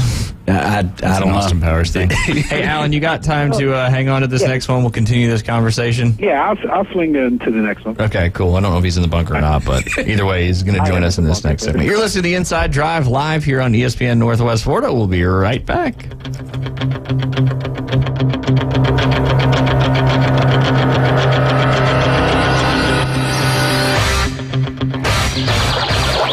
ESPN Northwest Florida has the real local fishing report. Hi, this is Tim from Bay Breeze Bait and Tackle. Join me every Friday at 4:20 during the afternoon Underdogs. It's accurate, detailed content from local anglers, plus fishing updates on Saturday and Sunday morning right when you hit the water. Advice and stories from local anglers. Tune into the Bay Breeze Bait and Tackle Fishing Report, exclusively on ESPN Northwest Florida. Good afternoon. This is Joanna on ESPN Northwest Florida with your weather forecast on this Tuesday. Mostly sunny the remainder of the day with a gentle breeze around 10 miles per hour out of the west-southwest and temps near 93. We will have clear skies tonight and be quite warm, 83. And sunny throughout the day with a likelihood of thunderstorms in the evening tomorrow and a high 96. This forecast is brought to you by Ellis Agency Insurance. Thank you for tuning into ESPN Northwest Florida. Rely on it. Take your next adventure in an eco-friendly all-electric Kia EV6 that gives you the movement that inspires. You can live fully charged while saving now and down the road on fuel costs. Schedule a test drive today and explore the electrified Kia vehicles at Billboard Kia.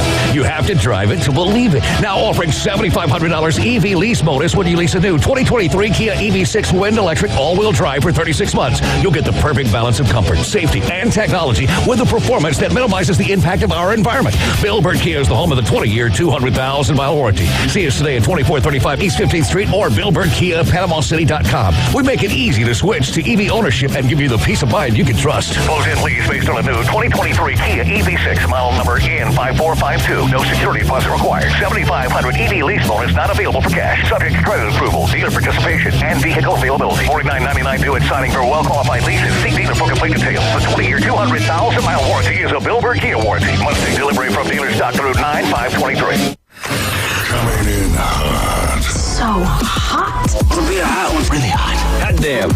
The Inside Drive with Ryan Mulvey. Live from the Bill Kramer Chevrolet Buick GMC and Kramer Marine Outdoor Studios on ESPN Northwest Florida.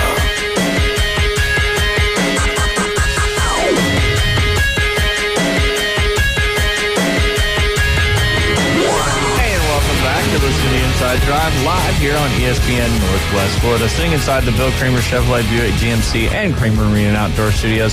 Jay, did you get Netflix yet? I have not. Still no? Nope. Man. Yep. You know what comes out tonight?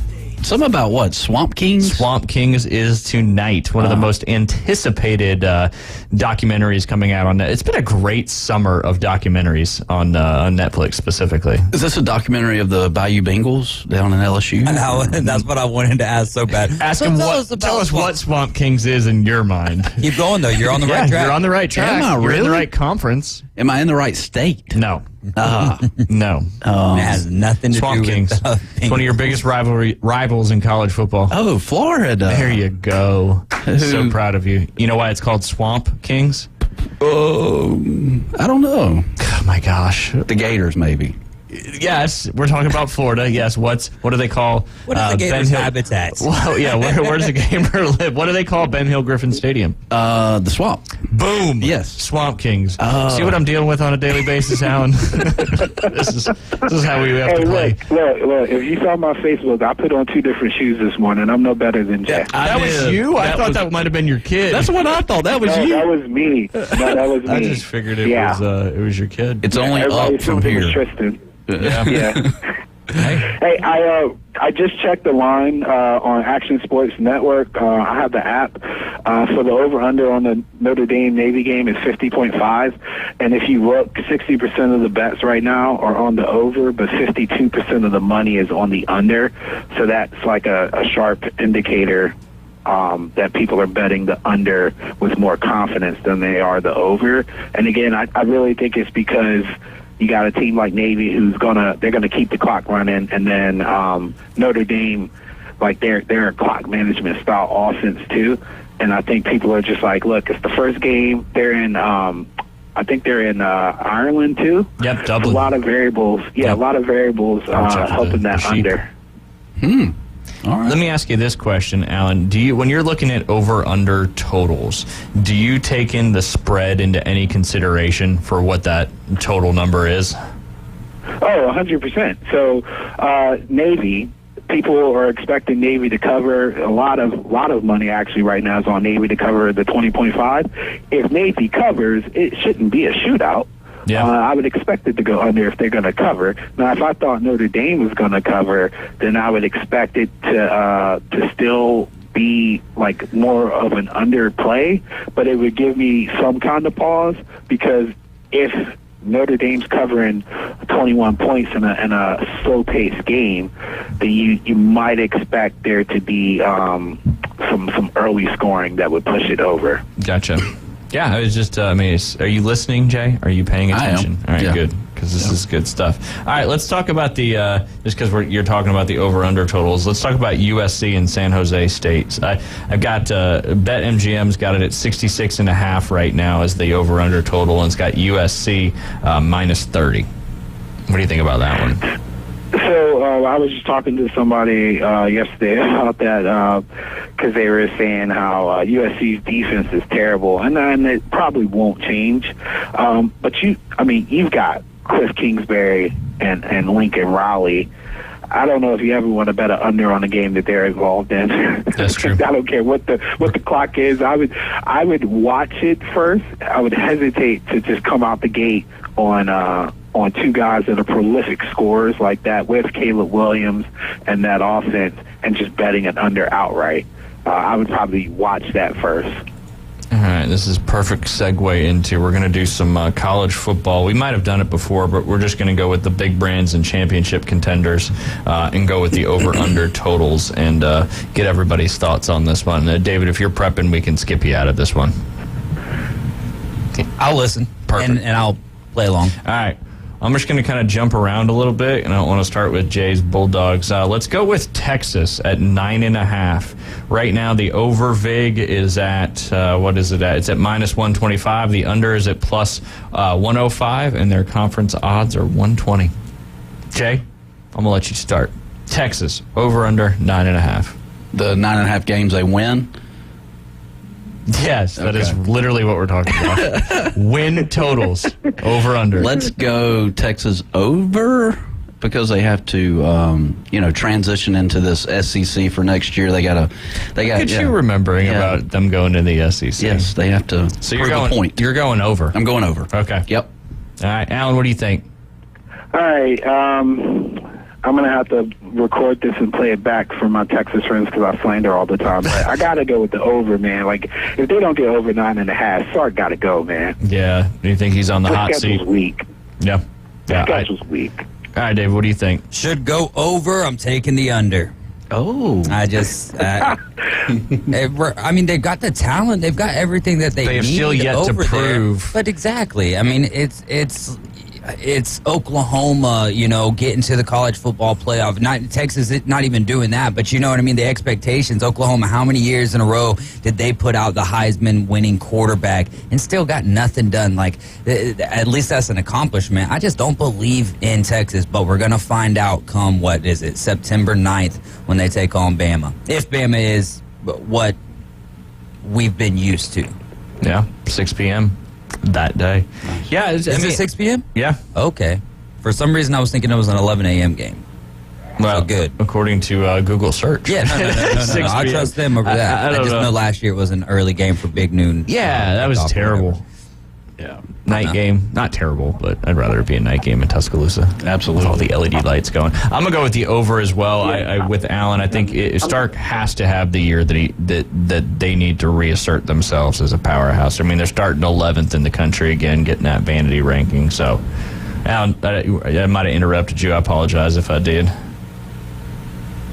Oop, you still there? Oh, for me? Yeah, I thought I might have heard you talking. I might have interrupted you. No. The bunker is calling me. I'll tell him in 1 second. But no, for real, honestly, like I've watched Texas the last couple years. Quinn Ewers is actually legit. Yeah. Even if he is a frail body, I kid you not. The couple series I've seen him play, he's one of the best passers at that particular age that I've seen at that level in a long, long time. Throws a beautiful ball, has great recognition of defenses and stuff. So it's all on him. And if he doesn't rise to the occasion, all the buzz around their spring practices and stuff is that Archie is ready. How many games did Quinn Ewers miss last year? I think like 3 or 4. Yeah, that's what I thought. I thought it was at least 3. I can't remember exactly. But, I mean, if he doesn't get hurt last year, maybe last year's the year. Not the backup. Who was the backup last year? It's not Sam. Hudson Card. That's right. Yeah, you would remember because that game. Yeah, for sure. All right, let's go to one we were talking about. He was hobbling, too. I know. They're falling apart. Notre Dame, 8.5. Notre Dame's a tough one. That's why I wanted to get y'all's thoughts on that one. Let me check their schedule. Ranked opponents, they've got Ohio State on September 23rd. They've got USC on October 14th, Clemson on November 4th, and then that is their 3 preseason top 25 ranked games. Obviously, they opened with Navy, Tennessee State, NC State, the Central Michigan Chippewas, Ohio State, Duke, Louisville. I mean, Louisville can end up beating them, too. 8.5. These guys. Yeah, they can get 9. 9? They should be able to get 9. What do you think, Jay? Hartman's actually pretty good. Yeah, I love Hartman. I mean, I bet he was in that series, that one quarterback series when he was at that school in Charleston. I kind of been following him ever since, and he did really good at Wake Forest last year. I think same guy, right? Yeah. He was at Wake. Yeah. Okay. Good. I always have to double check myself. I don't know. They seem a little smaller. I'm gonna go lower than 8.5. Under? Yeah, I'm going. Yep, under. There you go. Yeah. Smaller in what way? I don't know. They just seem more fit, but not big. They don't seem like a big team. All their muscles are in their brain, huh? Yeah. There you go. That's it. That's it. Yeah. Yeah. I think I'm gonna go opposite of Texas here, where I want to say under, but I'm actually gonna say over in this particular instance. Yeah, there you go. They won 9 last year, and they got a better quarterback. Usually, the quarterback play is what puts you over the top. Yeah. I wonder how much the lack of Tommy Rees there is that even going to be a factor over there?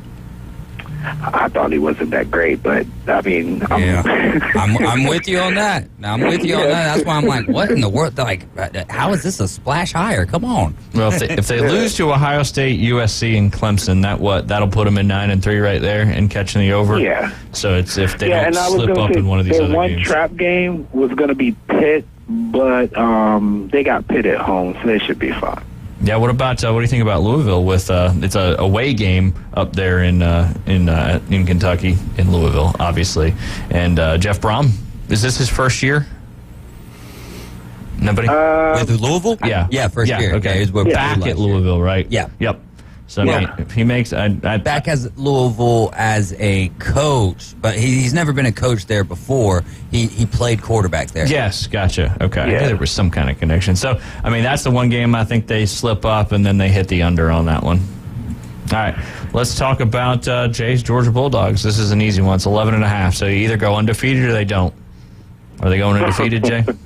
If we can get past Tennessee, that's the only one. So literally the only one. Yeah.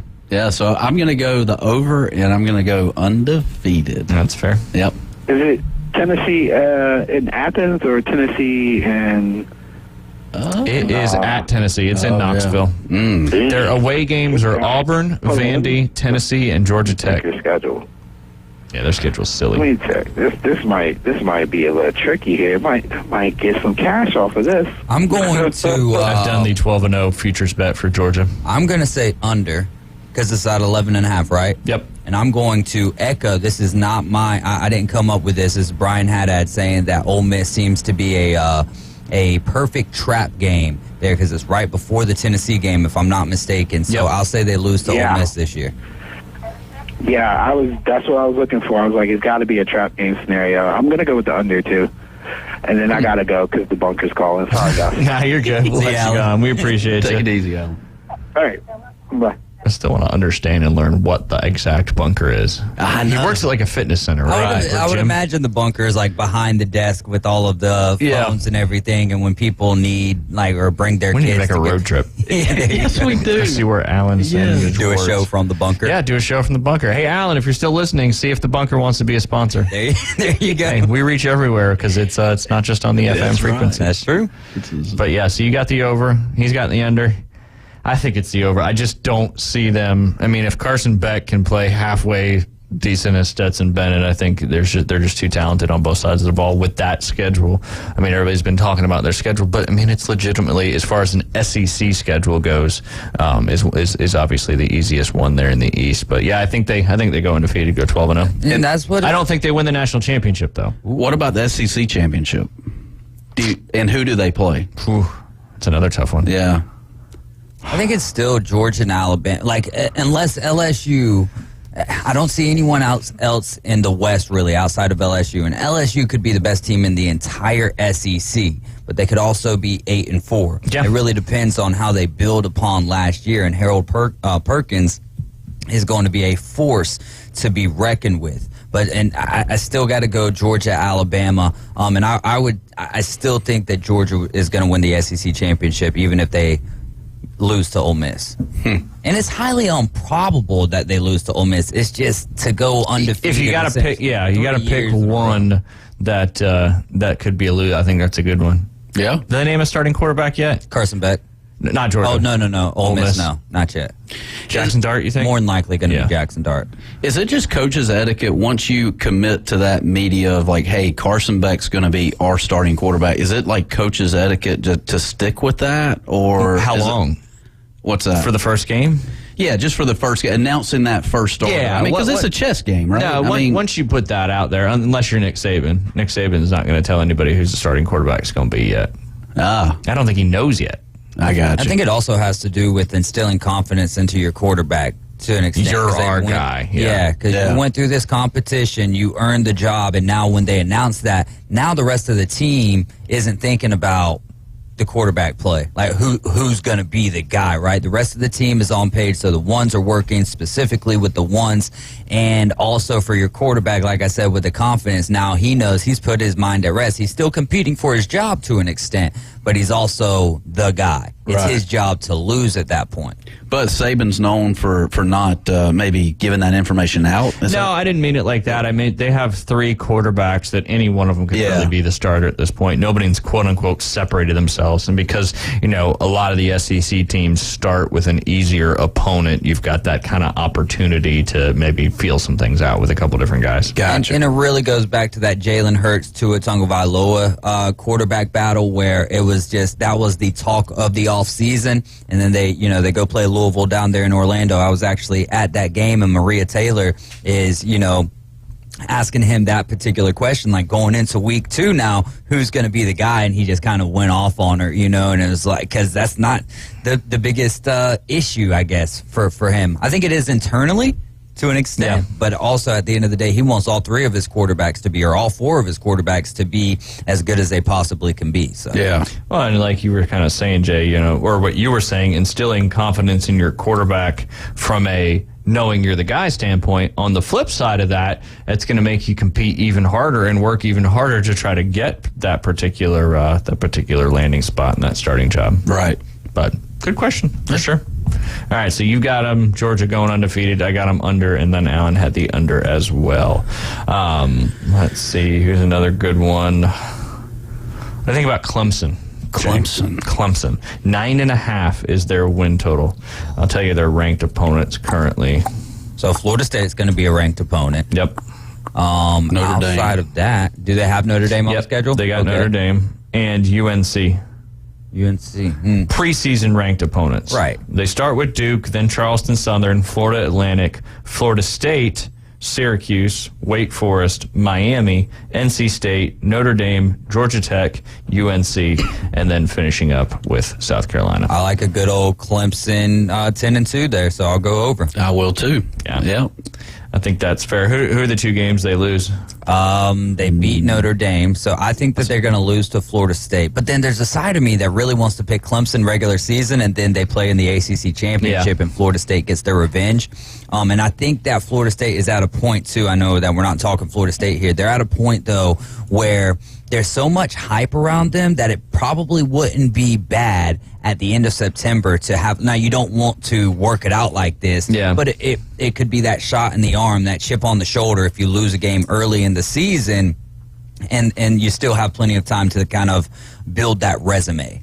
Yeah. But then losing a game in the ACC it's hard to get into the college football playoff. Yeah, it's kind of and what's their goal? I mean, this is the most hype they've had in a season in quite a long time, that's for sure. Jim Brandt just sent me a Coastal Carolina cycling wardrobe. It's kind of ridiculous. There you go. But anyway, would you wear that on the air? Yeah. Oh. Would I wear it on a bike? Probably not. I'd wear it on the air. It's probably not going to be on a bike. That's why. But yeah, 9.5. I'm gonna go over 2. I think they lose 10 games, 10-2. Yeah. So there you go, Linda. If you're listening, Linda, text me what you think Clemson's record is going to be. 9.5 is those win totals. We'll finish with Alabama, and then we got to take a break. 10.5 for the Alabama Crimson Tide. Oh, so that means 1 loss. You're still good. I'm gonna go Alabama and the under. I'm going under. I say they have 2 losses this year. And I say it's Texas, and I will also go with LSU. Yeah, they got in comparison to Georgia, they've got a much more difficult schedule. I think 10-2 is probably fair. Like David's been saying, this could be the year that they have 3 losses. But I mean, you've got. It could also be the year they win the title. And they go undefeated and just jump right back into it. That's the thing with Alabama is you can never count them out. Right. If I'm putting money on that bet, I'm taking the under. If as a fan, of course, I'm taking the over. I couldn't point out the losses to you. I don't think that they're going to lose to Texas. I really don't, especially being in the house in Bryant-Denny. I don't think that they're losing to Texas. Yeah, they're playing LSU at home. They're playing Tennessee at home. I think A&M could be one of those games. Playing A&M on the road. They play Texas at home. They play Ole Miss at home. They've definitely got a favorable home schedule when it comes to the matchups and, of course, the Iron Bowl. I'll tell you one thing. We're going to beat the snot out of Tennessee. There you go.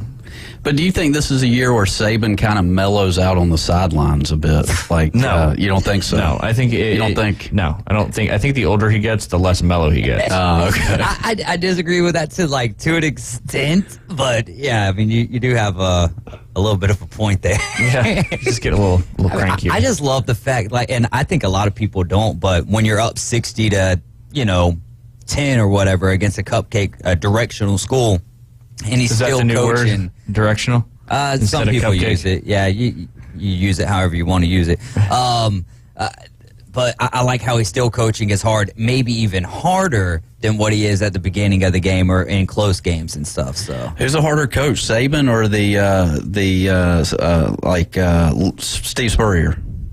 Harder to play for? Yeah, or just harder in general, like more dramatic on the sidelines. Based on my time at practices with both of these guys, I mean, I don't know. I think you're looking at their passion on the sidelines. Their passion, I think, versus how they actually coach their team. Yeah, let's call it passion. Let's call it passion. Okay, so from the sideline, I would say that Steve Spurrier is probably a little bit more passion in a fun way. Yeah, and Saban's more passionate in a. I don't want to say negative. I know what you mean, but disciplinary way. Yeah, more negative reinforcement. Yeah, negative reinforcement compared Steve. to Yeah, but yeah. Who'd you rather play? I know we got to take a break. Who'd you rather play for, Spurrier or Saban? Oh boy, I'm gonna say Spurrier. I'll go with Spurrier if I have to choose one. Well, you got to choose something. Yeah, Spurrier. It's one or the other. Yeah, they make a lot of money in the NFL at the next level when you go to play for Bama. That's true. That's true. I'll go under Saban, but I mean, hey, Spurrier was no slouch neither. That's right. And look at what he did over there with South Carolina. He turned them around. First 10 win season. Were they back to back? Maybe back to back 10-win seasons. And anyway, he went to the AAFL and was basically undefeated and would have won the championship. I think they still claim the championship or whatever, but the Orlando Apollos. Apollos. Nice. Apollo Creed. Anyway, we got a break because we ran over there pretty good. But you are listening to the Inside Drive live here on ESPN Northwest Florida.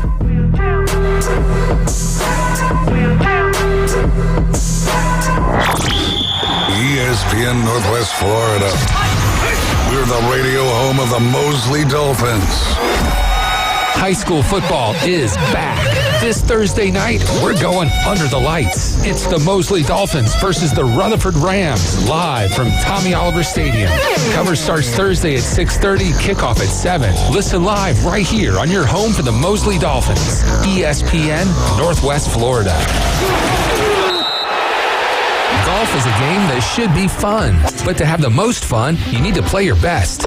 That's where the experts at Golf Plus come in. Their friendly staff will guide you through the buying process, answer all your questions, and can help with any repairs you need along the way. Golf Plus is your custom fitting, club repair, and golf retail shop. Golf Plus staff is non-commissioned and will work with you to find the best product for your game, just like they've been doing since 1988. Golf Plus in Dothan and Panama City Beach. Fitting, repair, retail. That's Golf Plus. Ellis Agency Insurance has been serving Panama City and Bay County for years. They offer a full line of affordable insurance coverage of all types. Many people are attracted to Ellis Agency Insurance because of their friendly, knowledgeable staff. Call independent agent Johnny Ellis for a true comparison of your personal or business insurance. Ellis Agency Insurance at the Old Cullen Insurance location, 1134 Harrison Avenue, across from Dandy Donuts and Deli. Call 763-1627. Running changes everything, and Fleet Feet can show you the way. Visit your local Fleet Feet to gear up with the latest shoes and activewear. From the road to the track to the trail, Fleet Feet's expert outfitters will help you find the perfect fit. No matter where you are on your running journey, Fleet Feet is here to run with you. Join them for fun runs, training groups, and events. Visit their new location at Fleet Feet Inlet Beach today. And now the Inside Drive with Ryan Mulvey. We're gonna have a talk. Tell me what you know. Broadcasting from the Bill Kramer Chevrolet Buick GMC and Kramer Marine Outdoor Studios. It's a frantic noise. ESPN Northwest Florida.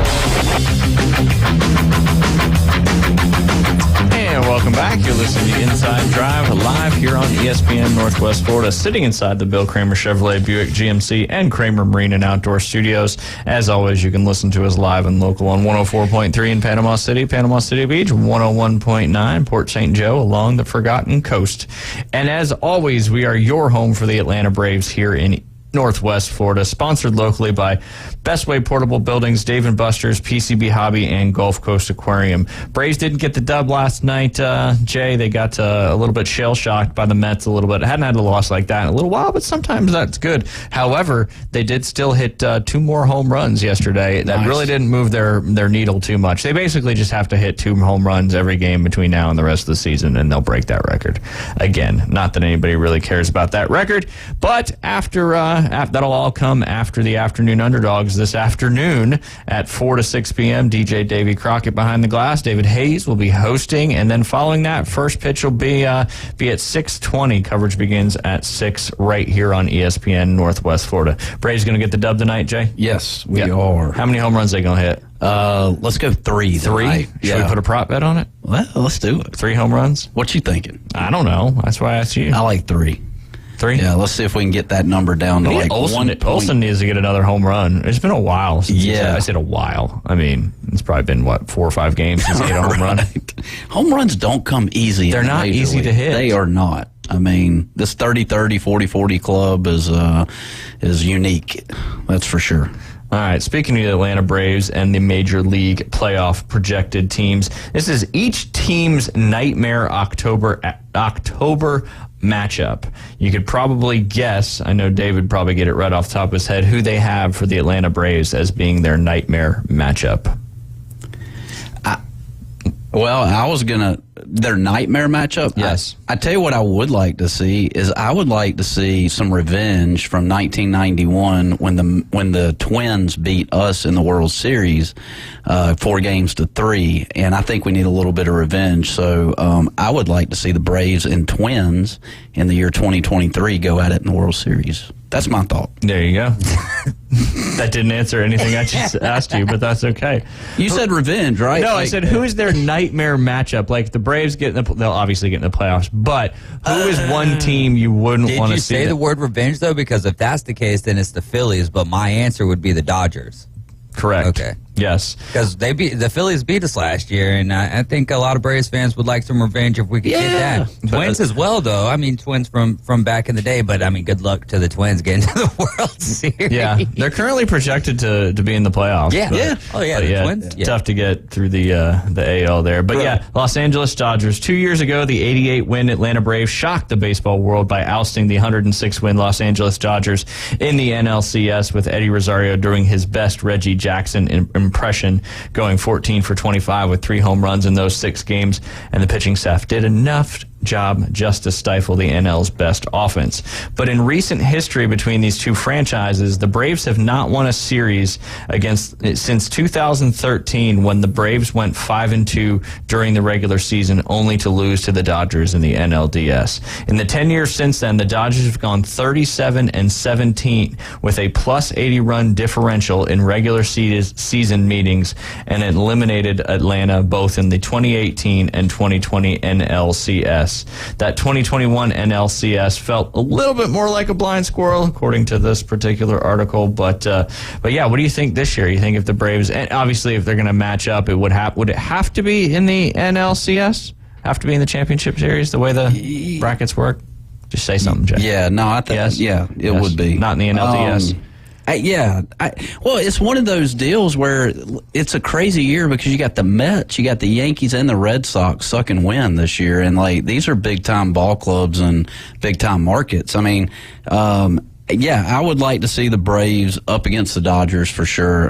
Get a little bit of retaliation on the Dodgers. If it stands the way that it is right now, I think it would be NLCS because they would be top 2 seeds. Yeah. So they'd have to meet in the final. That's right. 3 and 6 would play, 4 and 5 would play best of 3. Then those seeds would move on to play the 1 and 2 seeds in the NLDS, and then they'd move on to the NLCS. Mm-hmm.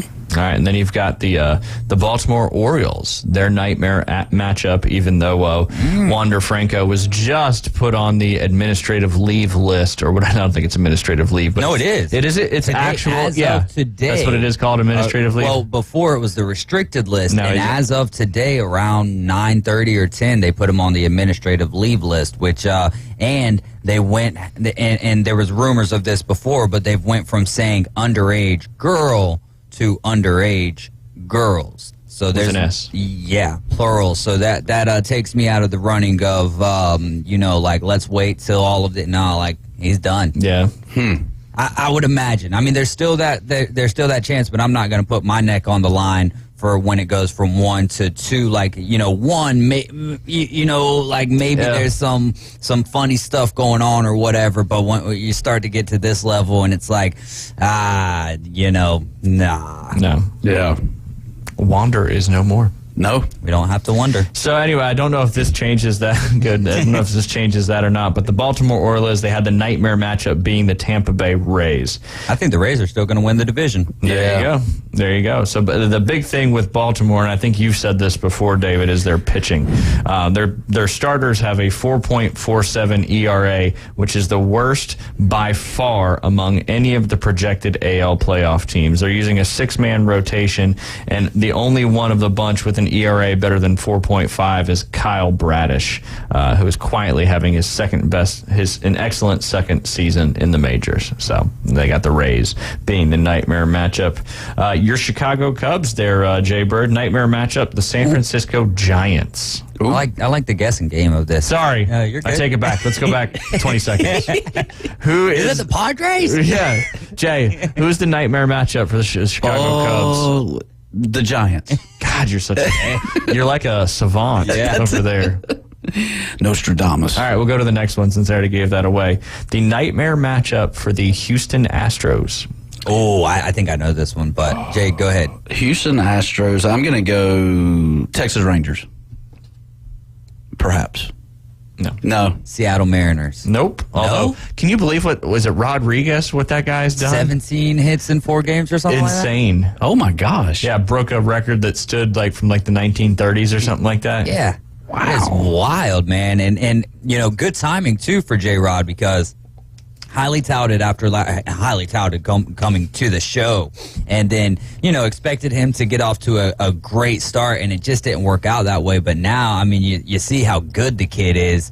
We knew that last year with, I believe, he won American League Rookie of the Year. But I think that the Mariners could give the Astros some trouble. They just swept them at the house over the weekend. Yeah, absolutely. So they've got it as the Toronto Blue Jays. Ooh. And they caveat it by saying the Houston Astros will fear no AL League foe as they've gone, not foe as in what you can get from a restaurant.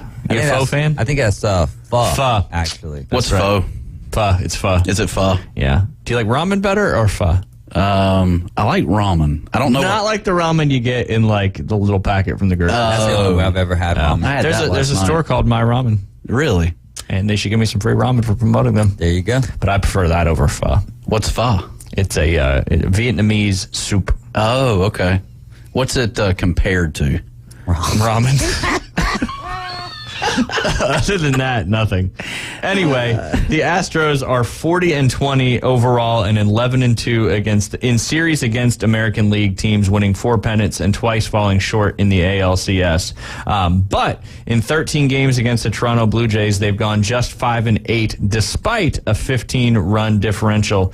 In going 3 out of 4 this season, each of Houston's 3 wins were by a margin of exactly 7 runs. So, probably a little, I don't know, far-fetched is the right one, but Justin Verlander is only 4-7 against the Toronto Blue Jays in 16 career starts with a 4.13 ERA. All right, we're running out of time. Let's go. The Los Angeles Dodgers.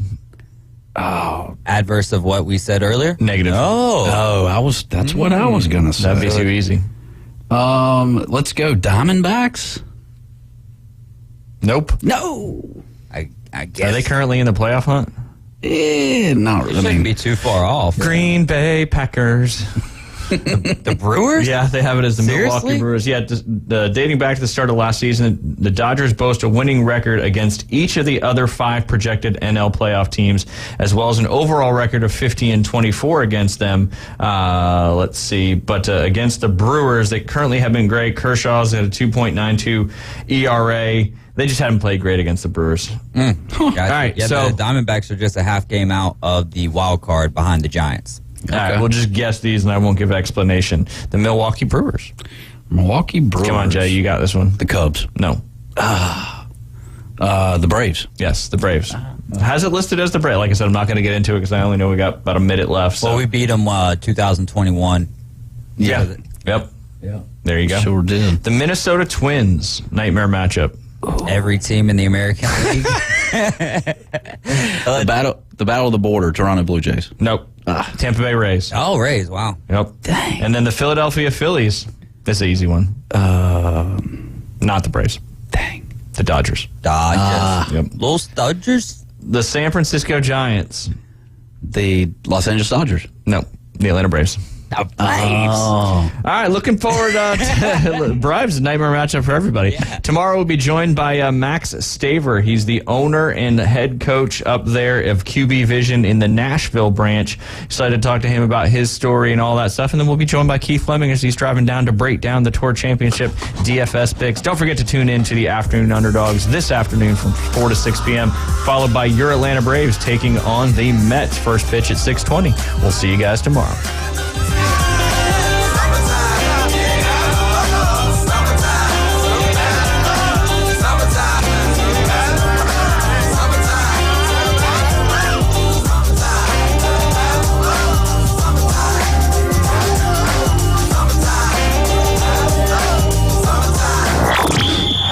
ESPN Northwest Florida. We're the radio home of the Mosley Dolphins.